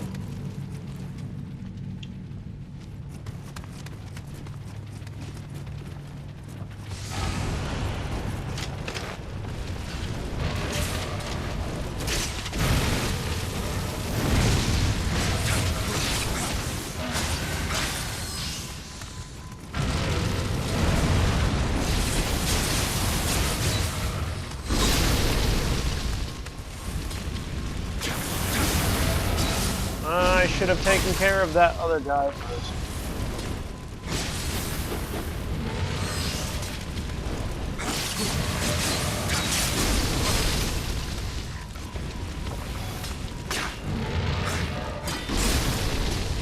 But we are slowly and steadily improving our gear, so.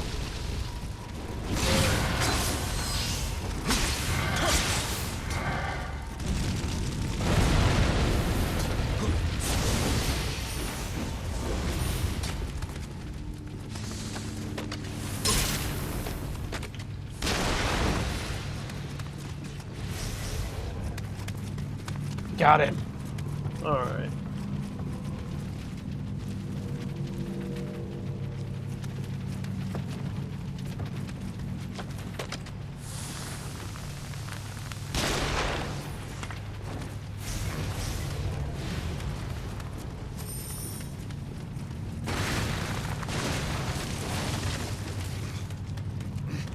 Oh yeah, no, I would love to have some Newman U87s.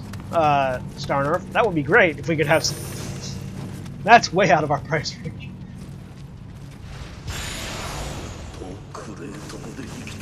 I mean, I also want a Canon for our, like, part of the reason why we don't do a whole lot of video, like outside of streaming video content, because our camera sucks. And, like, I'd love to get, like, a Canon and a lens package, but we can't afford that right now.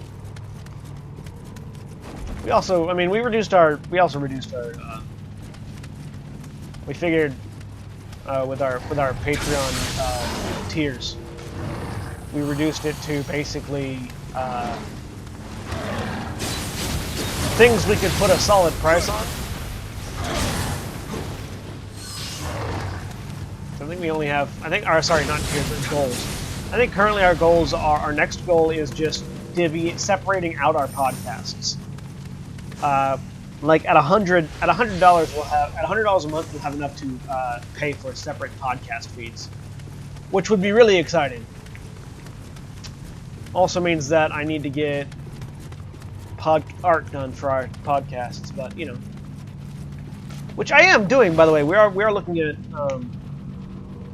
It's just like 50 months of Patreon for a single UV7. I know, right?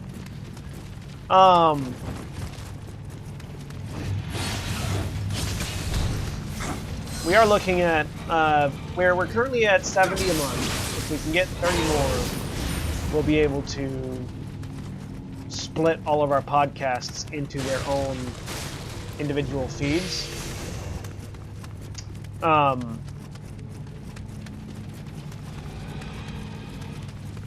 I am, however, looking at getting new art done specifically for our podcast. I'm talking with an artist and getting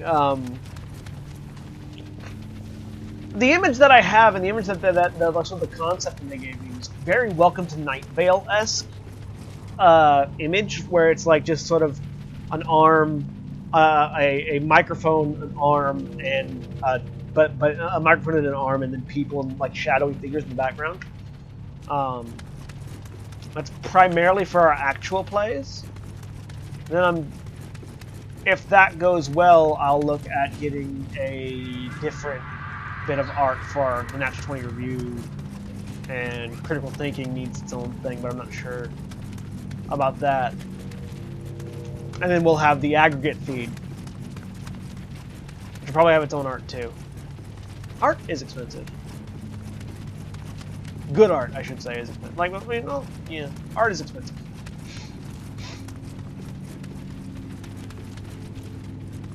Like, even not good art, still expensive.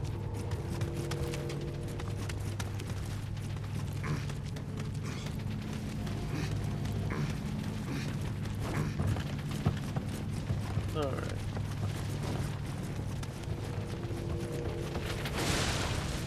Ah, there you are. Aha! Found you! You make them work for exposure, that's how the pros do it. As a voice actor, I get really pissy about people trying to get free voiceover work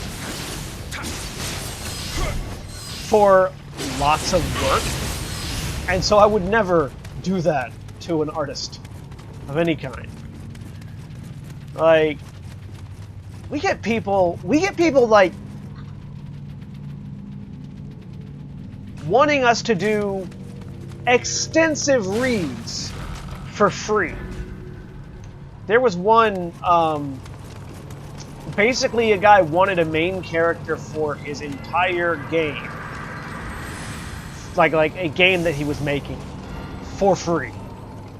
It's like, you're gonna be selling, and like you even talked about in the thing, you know, we're gonna be selling this game on Steam Greenlight, blah, blah, blah, blah, blah.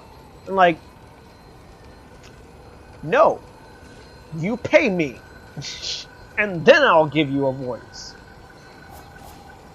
There's this strange thing that people like artists and musicians get, you know, work for exposure. Voiceover artists get like, oh, well, you should be glad for the work. Or, you know, it's, you know, we could have someone on the development team do it. We're, you know, giving you a boost to your resume by hiring you for free. It's like, fuck off. And fuck off. Like, yes, there are some companies that have devs that are good enough or funny enough to do the voiceover work. But 95% of all games that have their devs do voiceover work, the voiceover work is shitty. If you can't afford to pay a voiceover artist, don't ask for one in the first place. It pisses me off.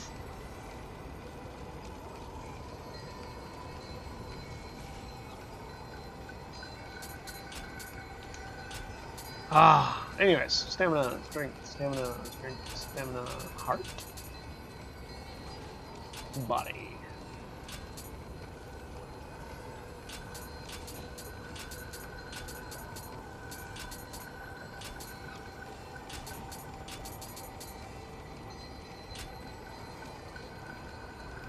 Yeah.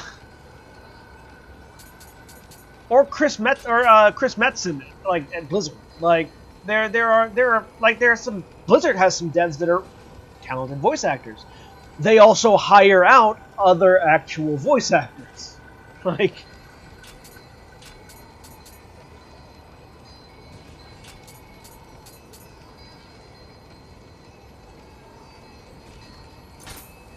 put our stamina up. Need to get that better armor.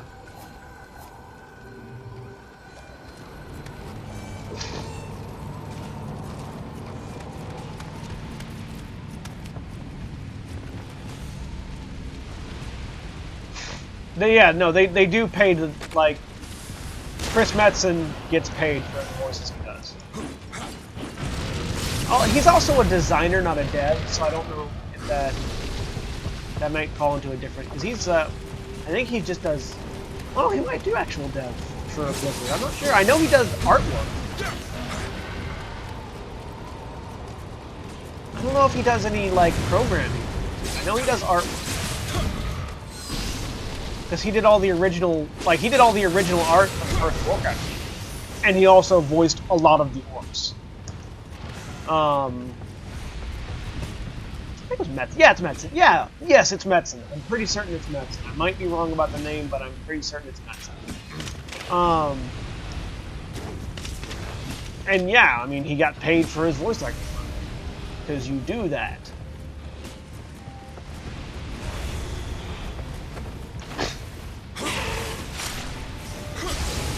Yeah, Metzen. Okay. I'm pretty certain I was saying the correct name.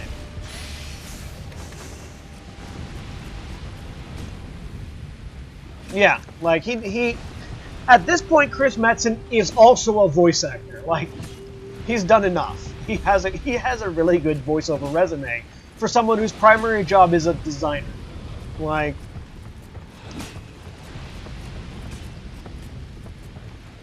though if his voice ever gets tired, like, the orc voice was one of the first character voices I learned how to do. Zog Zog. Like, the whole Warcraft 2 orc voice palette that he did, I learned how to do.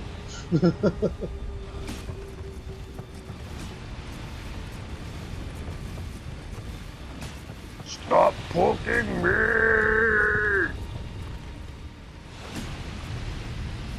So, Blizzard, if you're watching, and if Chris Metzen, like, if he just has a week where his voice isn't feeling great, give me a call. I will gladly, that'll be a job I would do pro bono. Like, you want to talk about voiceover jobs I would do for free? Background NPC in a Blizzard game. Will do.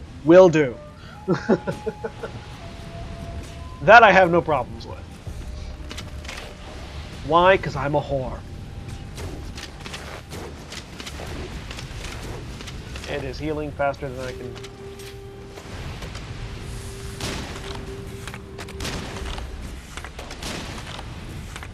Nope, that's not working. It's not good as your back, Blizzard. Gotcha.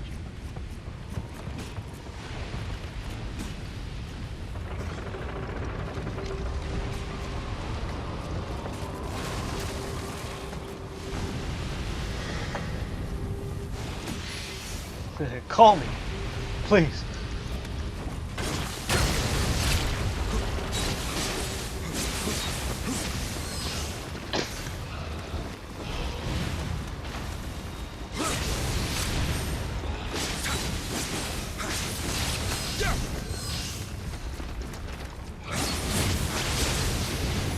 Well, like, I did the, I auditioned for the Mass Effect Andromeda open call. Like, it wasn't paid or anything, but I love Mass Effect, so I was like, fuck it, I'll do that shit. I'll do that shit in a heartbeat. Like, I don't, like, That's also a different thing for me. Like, being able to say that I did a voice in a Blizzard game or that I did a voice in a Mass Effect game would be such a big boost to my resume. Like, at that point, I'm not really doing it for free because I'm doing it for the resume. Unless your shit is on par with Blizzard or BioWare, like for vocal talent prestige, that's the only time you could ever say that genuinely would be helping your career. To do that for free. Yeah, the exposure has to be worth it, and that's pretty much, you have to be at that level for the exposure to be worth it for a voice actor.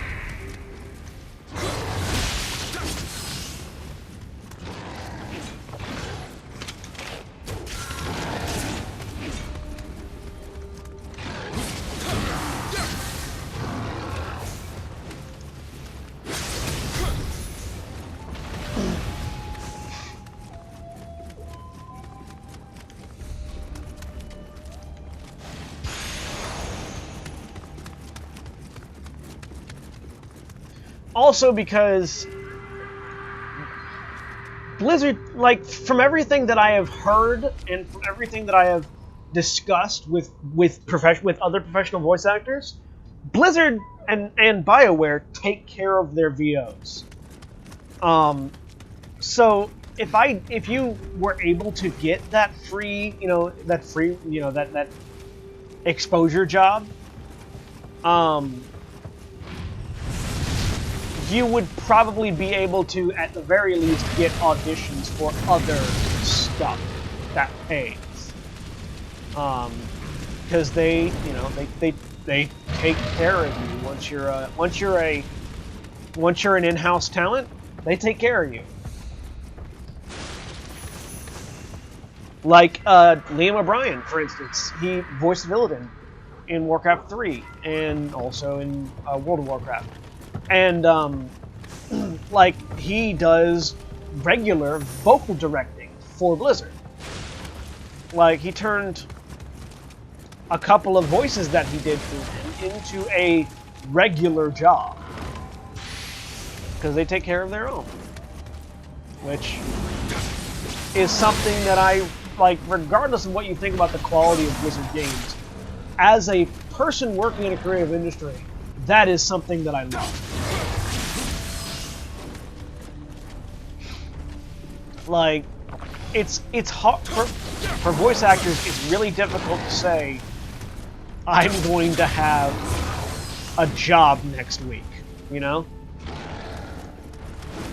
Especially once you commit fully.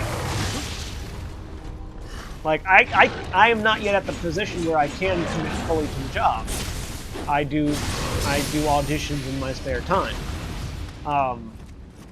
And so if, like, Blizzard's one of those people, like, if you get it, that's a you can say with a good amount of confidence that's going to be a regular paying thing. And I appreciate that.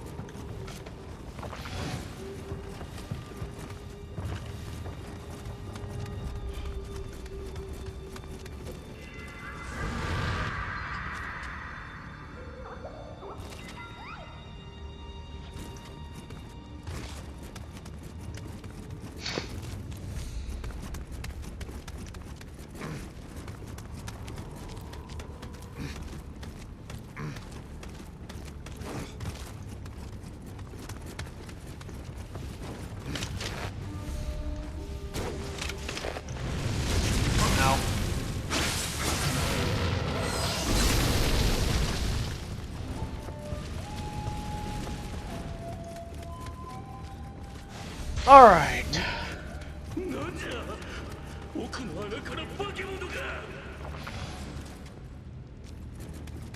Let's go get an ally, because this guy is a pain in the ass.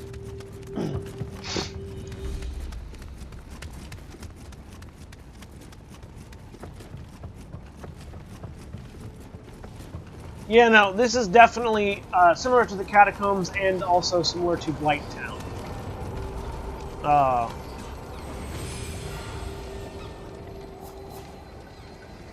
Yeah, it's the bone wheels are definitely from the similar to the Catacombs, but Blighttown. This area puts me more in mind of Blighttown than anything else.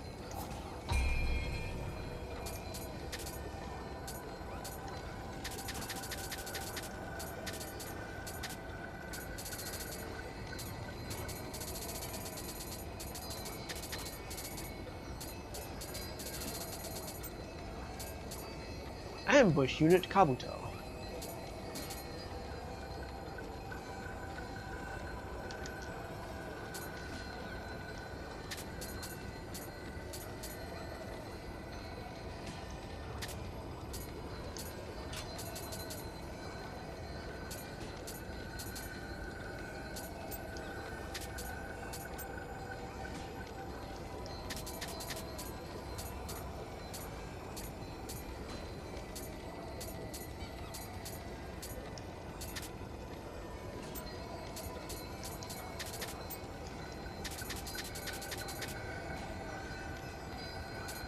Ooh, Hero's Armor. That's real. Hero's Armor is good stuff. You can keep that.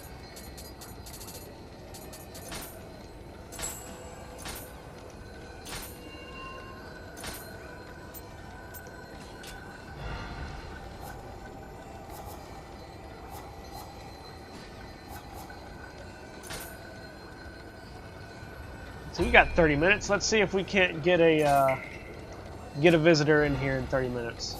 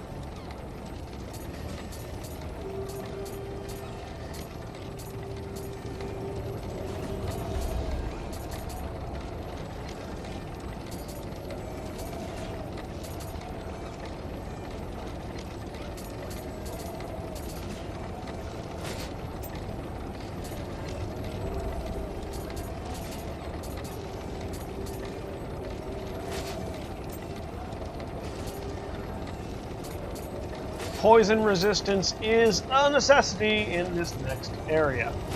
Up.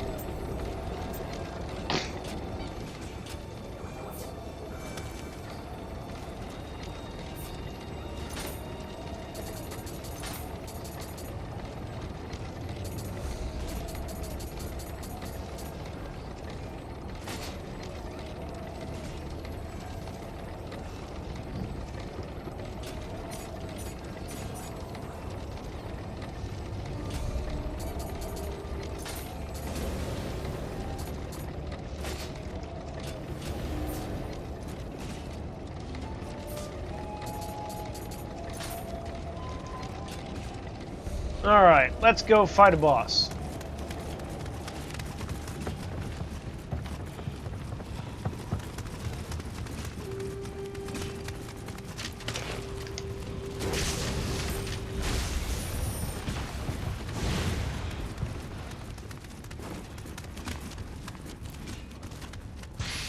Alright, antidote.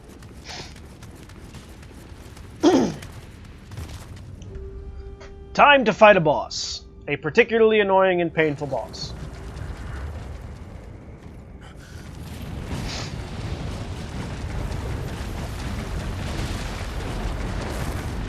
It's a rock centipede!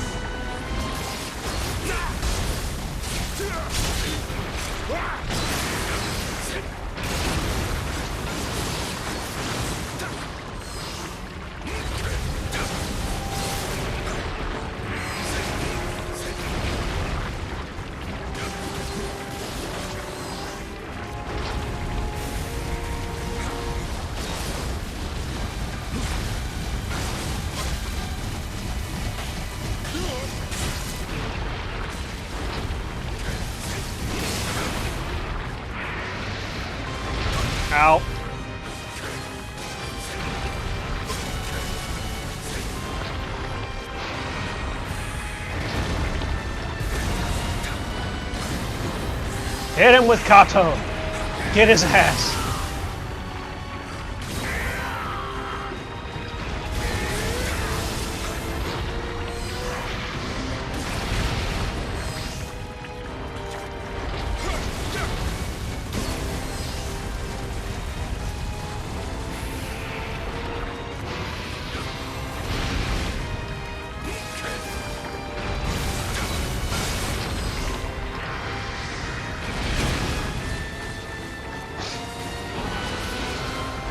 Ow.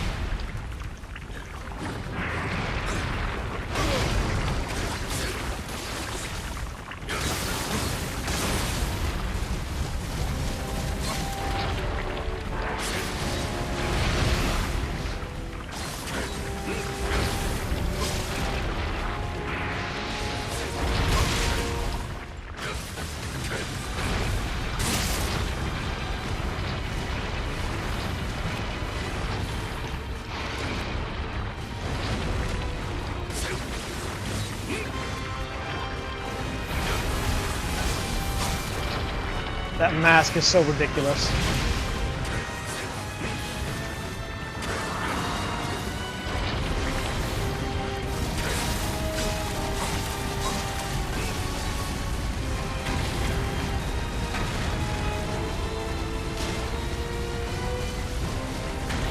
Nope. Oh, yes! Got it! Yes!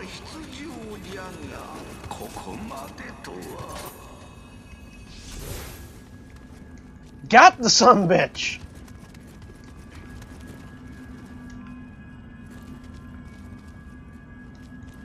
Ah! Got that clutch grenade throw there at the end. Wha-bam, wha-bam, wha-bam, wha-bam, wha-bam. Perfect. Perfetto.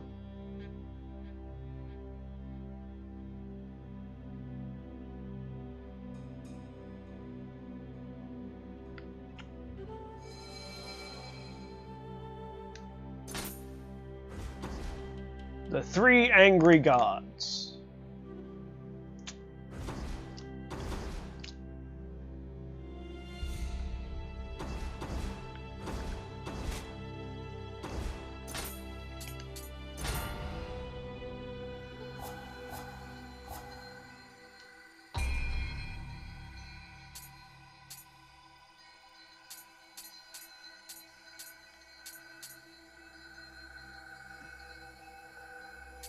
Damage bonus less armor? Hang on, does that mean if I'm wearing less armor, that sword does more damage?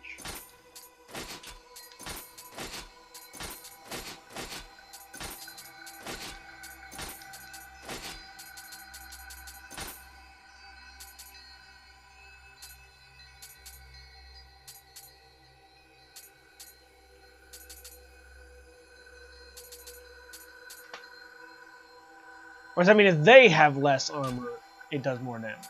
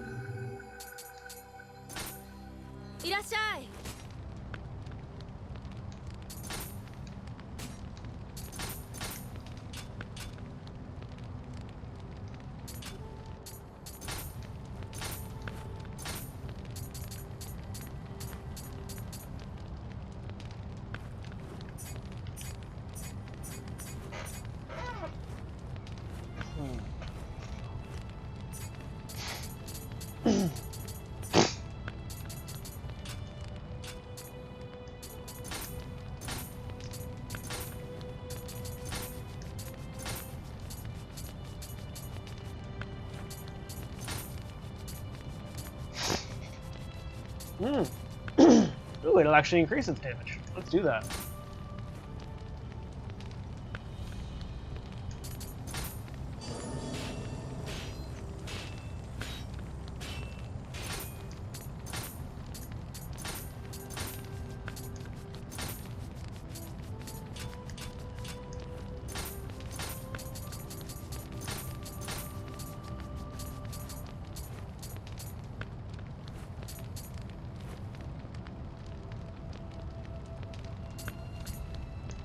Yeah, let's do that.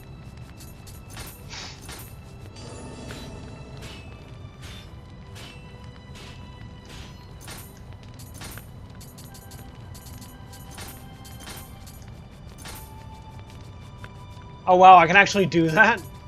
Fuck yeah, then. Oh no, that didn't work. Oh. That would've been awesome. Can't do it.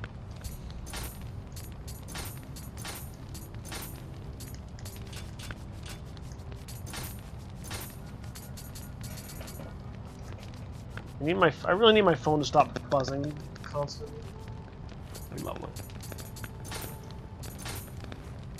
Oh! Oh! I can upgrade my Sonata gear. Sweet.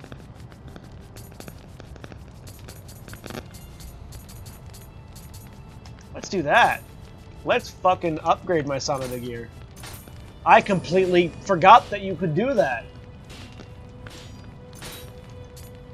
Yes, make the Sonata Crimson the best armor in the land. Without increasing its weight at all.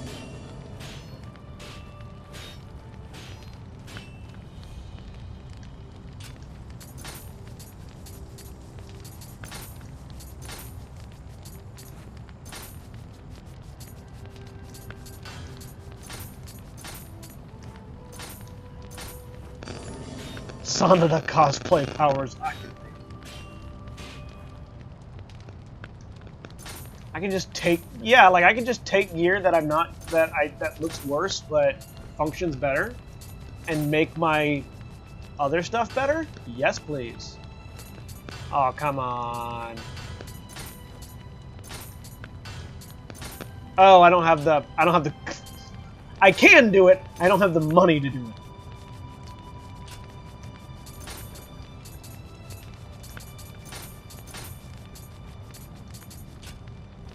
She really loves that hammer. She does.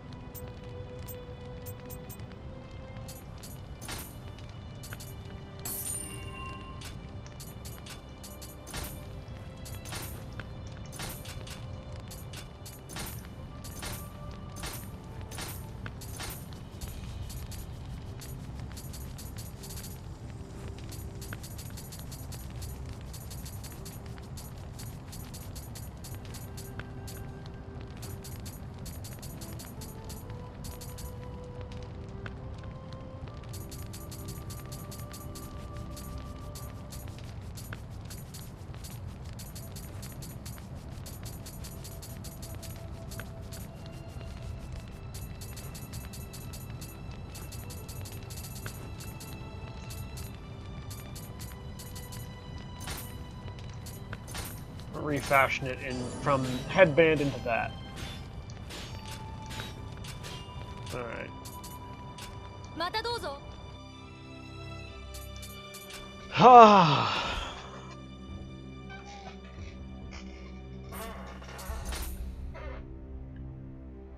That looks better. What do you guys think? I think that looks cool. Also, really lightweight armor that has really good stats. I'm happy with it.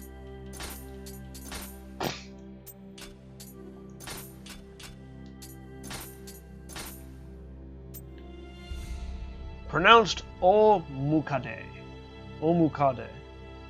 Literally 100 legs in Japanese. Pronounced Nue. Pronounced Hinoinma. Hinoinma. Onryoki. Onryoki. Wheel monk. A yokai like a wheel with a gigantic face attached to it. The wheel is big enough to be used on an ox cart, and while the face has a certain degree of freedom to leap from it, they remain tied to it by their hair. Wreathed in flames and scowling hideously as they roll around, the face resembles a visitor from another world. It has long struck terror in the hearts of those who witness them.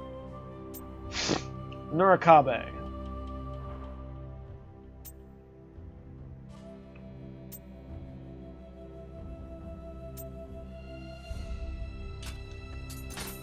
Guardian Spirit illustrations.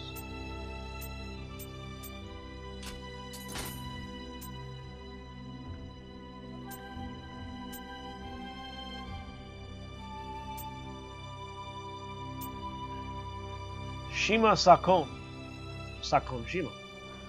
Shima Sakon, real name Shima Kiyuki, was a general in the service of Ishida Mitsunari responsible for military strategy. He proved a wise counselor to Mitsunari, able to temper his lord's idealism with more realistic advice. Born to a powerful family in Yamato province, present-day Nara prefecture, he served the Tsutsui clan in its struggle against Matsunaga Hisahide and his allies until he was cast out and became a ronin after remonstrating too frankly with his lord.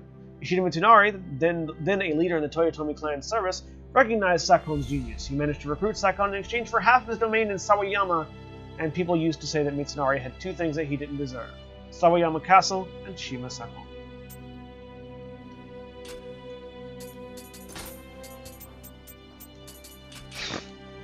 Alright.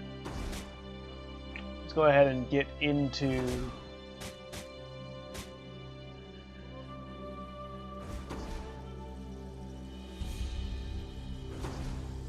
the ocean roars again. Those rumors of the ghost haunting Itsukushima had the crew scared stiff. We Kabayakawa may be masters of the sea, but our expertise doesn't extend to the supernatural. If you were to drive away the fearsome spirits, Saranjin, I'd be happy to arrange a meeting with the Murakami. They should be able to repair your foreign vessel. I may even consider helping out Lord Ieyasu for your trouble.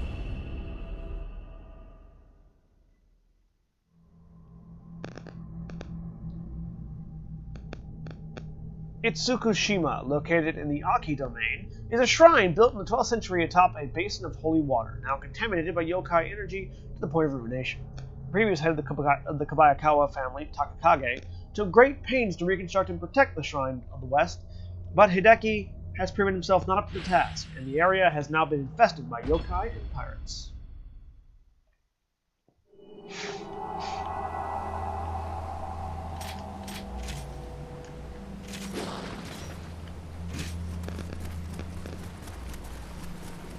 Hey! いらっしゃいましたね。秀明様の使いから話は伺っております。かのあやかしはこの一帯を根城にしている様子。安心様、こちらをお持ちください。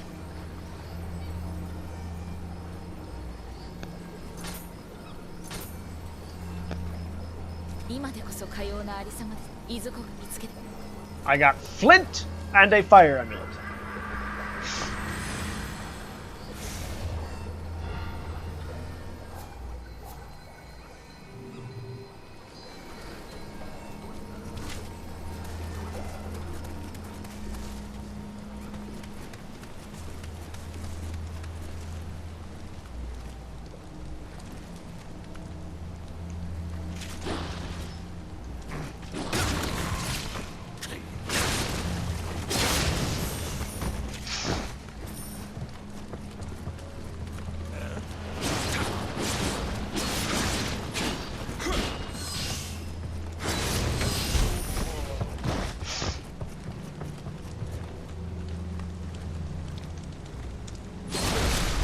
Backstab!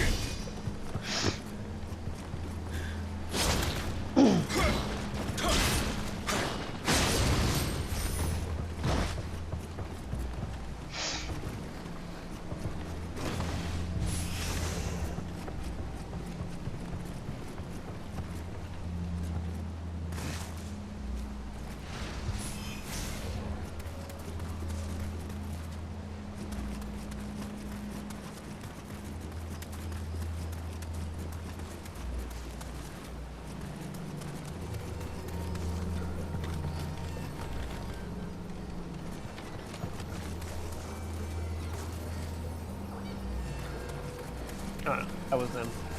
I thought I heard more, but that was not correct.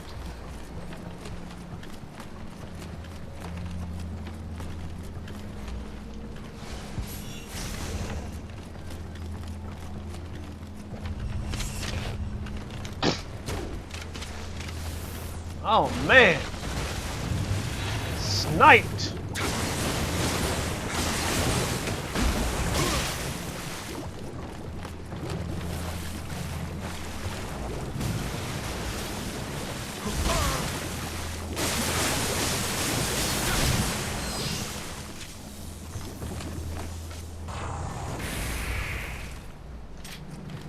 Oh, fire apparently is water's weakness. I would not have called that. I would have thought lightning was the correct answer. I guess that's why she gave us a fire. You. Go back to the shrine, Kodama. Another fun fact about using the lav, by the way, is I don't have to lean forward towards the mic in order to talk into it. I can just talk normally and you guys will hear me. That is something I appreciate. Oh, there was a guy there.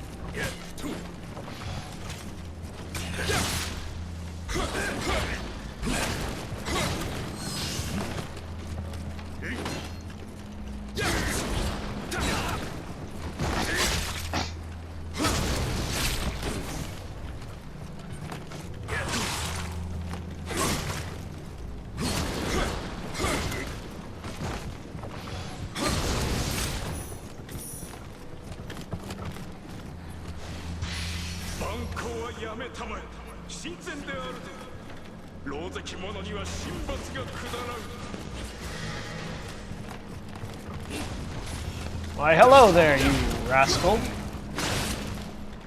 Rapscallion.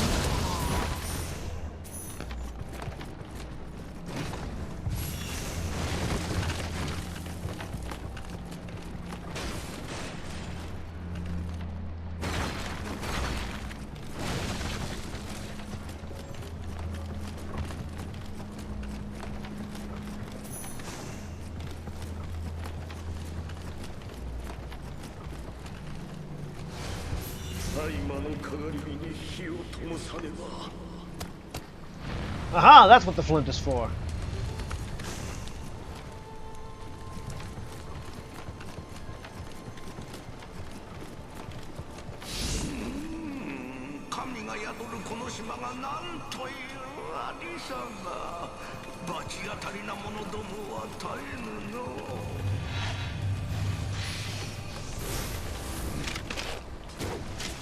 Headshot.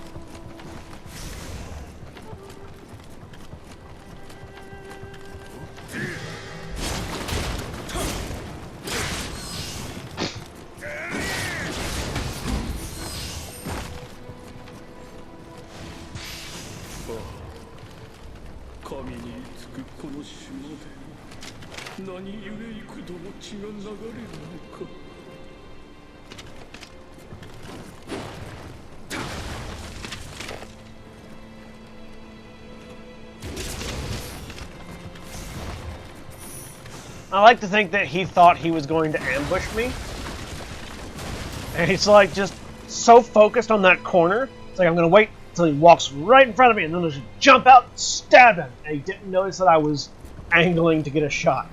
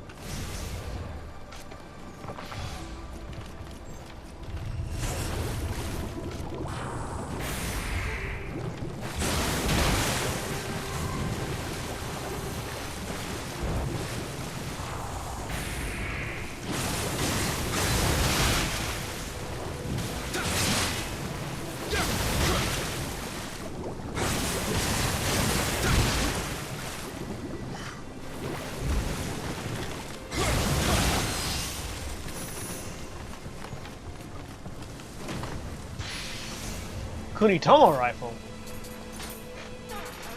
You don't say. Holy shit. That's better than the hand cannon I've got. We're gonna pick that one right up. Nice.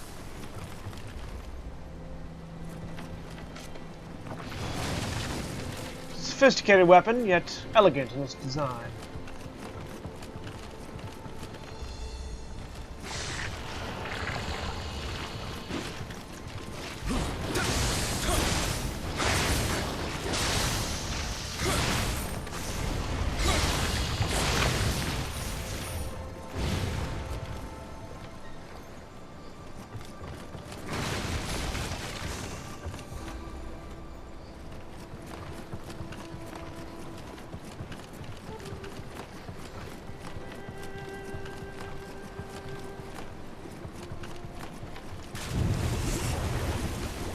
Hello, fat blob. Welcome to the Spear of Doom.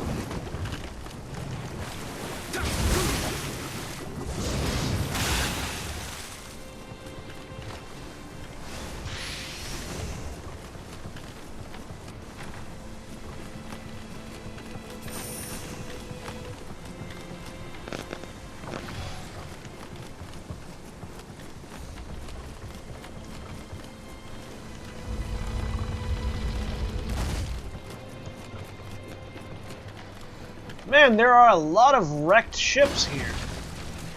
That fucking demon squid thing does not like people.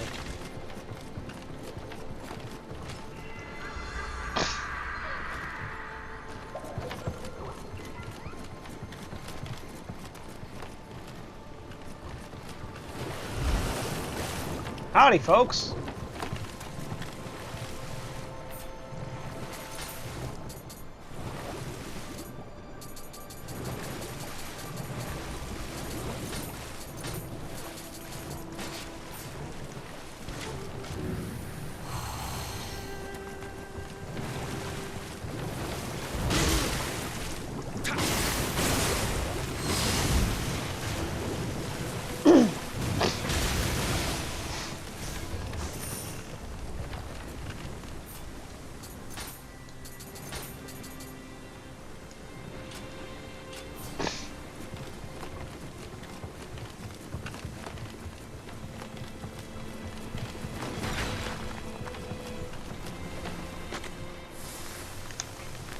Fuck. Whoops. That was not floor. I've discovered. Well, I'm gonna do the thing. We're gonna summon that spirit back. Then we're gonna book it for a bit, because it is coming up to the end of our stream. And the end of our test of this microphone, at least our live public test. We'll probably have more tests later, but, you know, we'll see. So, in the last 8 minutes, I'm just going to do some fashionista things. If you'll bear with me for just a minute. Because I need to do a thing.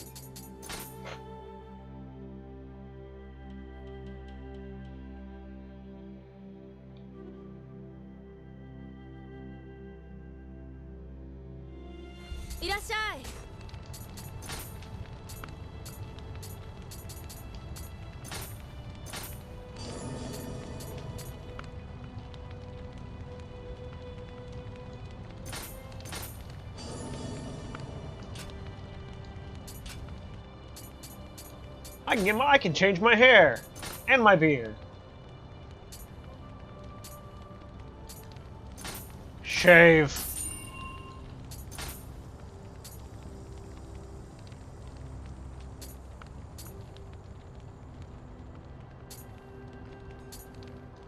And let's say my hair has grown long.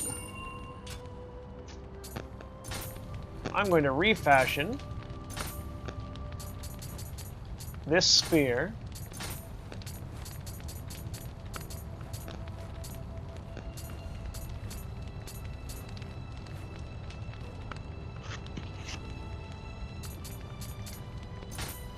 to look like that.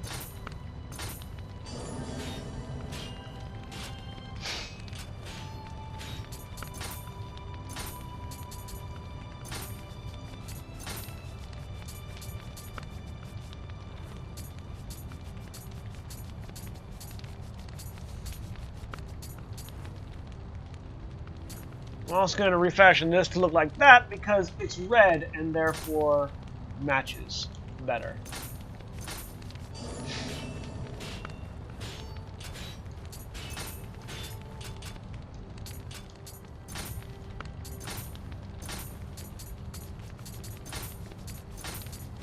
No, still requires more stuff than we have access to.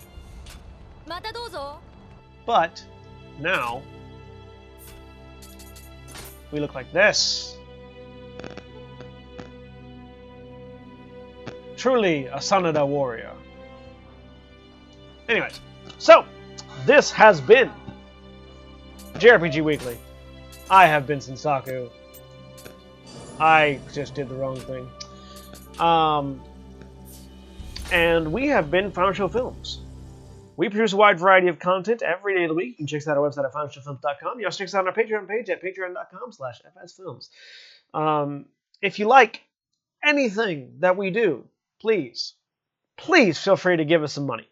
We don't put advertisements on anything. We don't ad block or we don't content gate any of our stuff. So if you want to support us financially, you can do so via our Patreon page, patreon.com/fsfilms.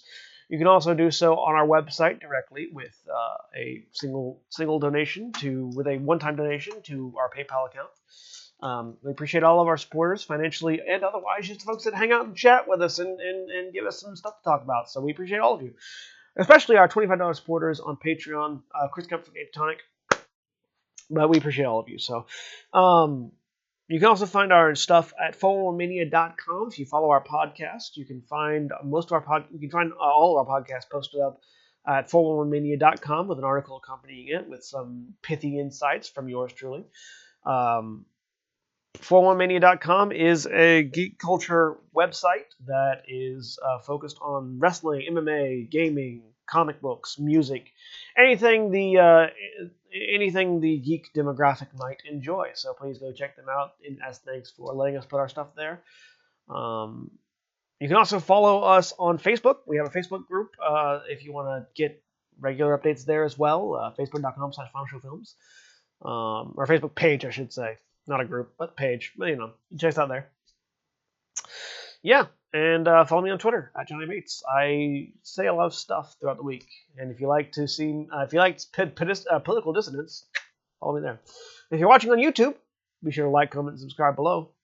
And if you're not watching on YouTube, you can youtube.com/Sensaku. All our replays get put up there. So if there's any streams that you want to see, my replays get put up there. I still need to get units to record this stuff, but once it gets that done, that'll be happening. But yeah, thanks for watching. We'll see you all next time.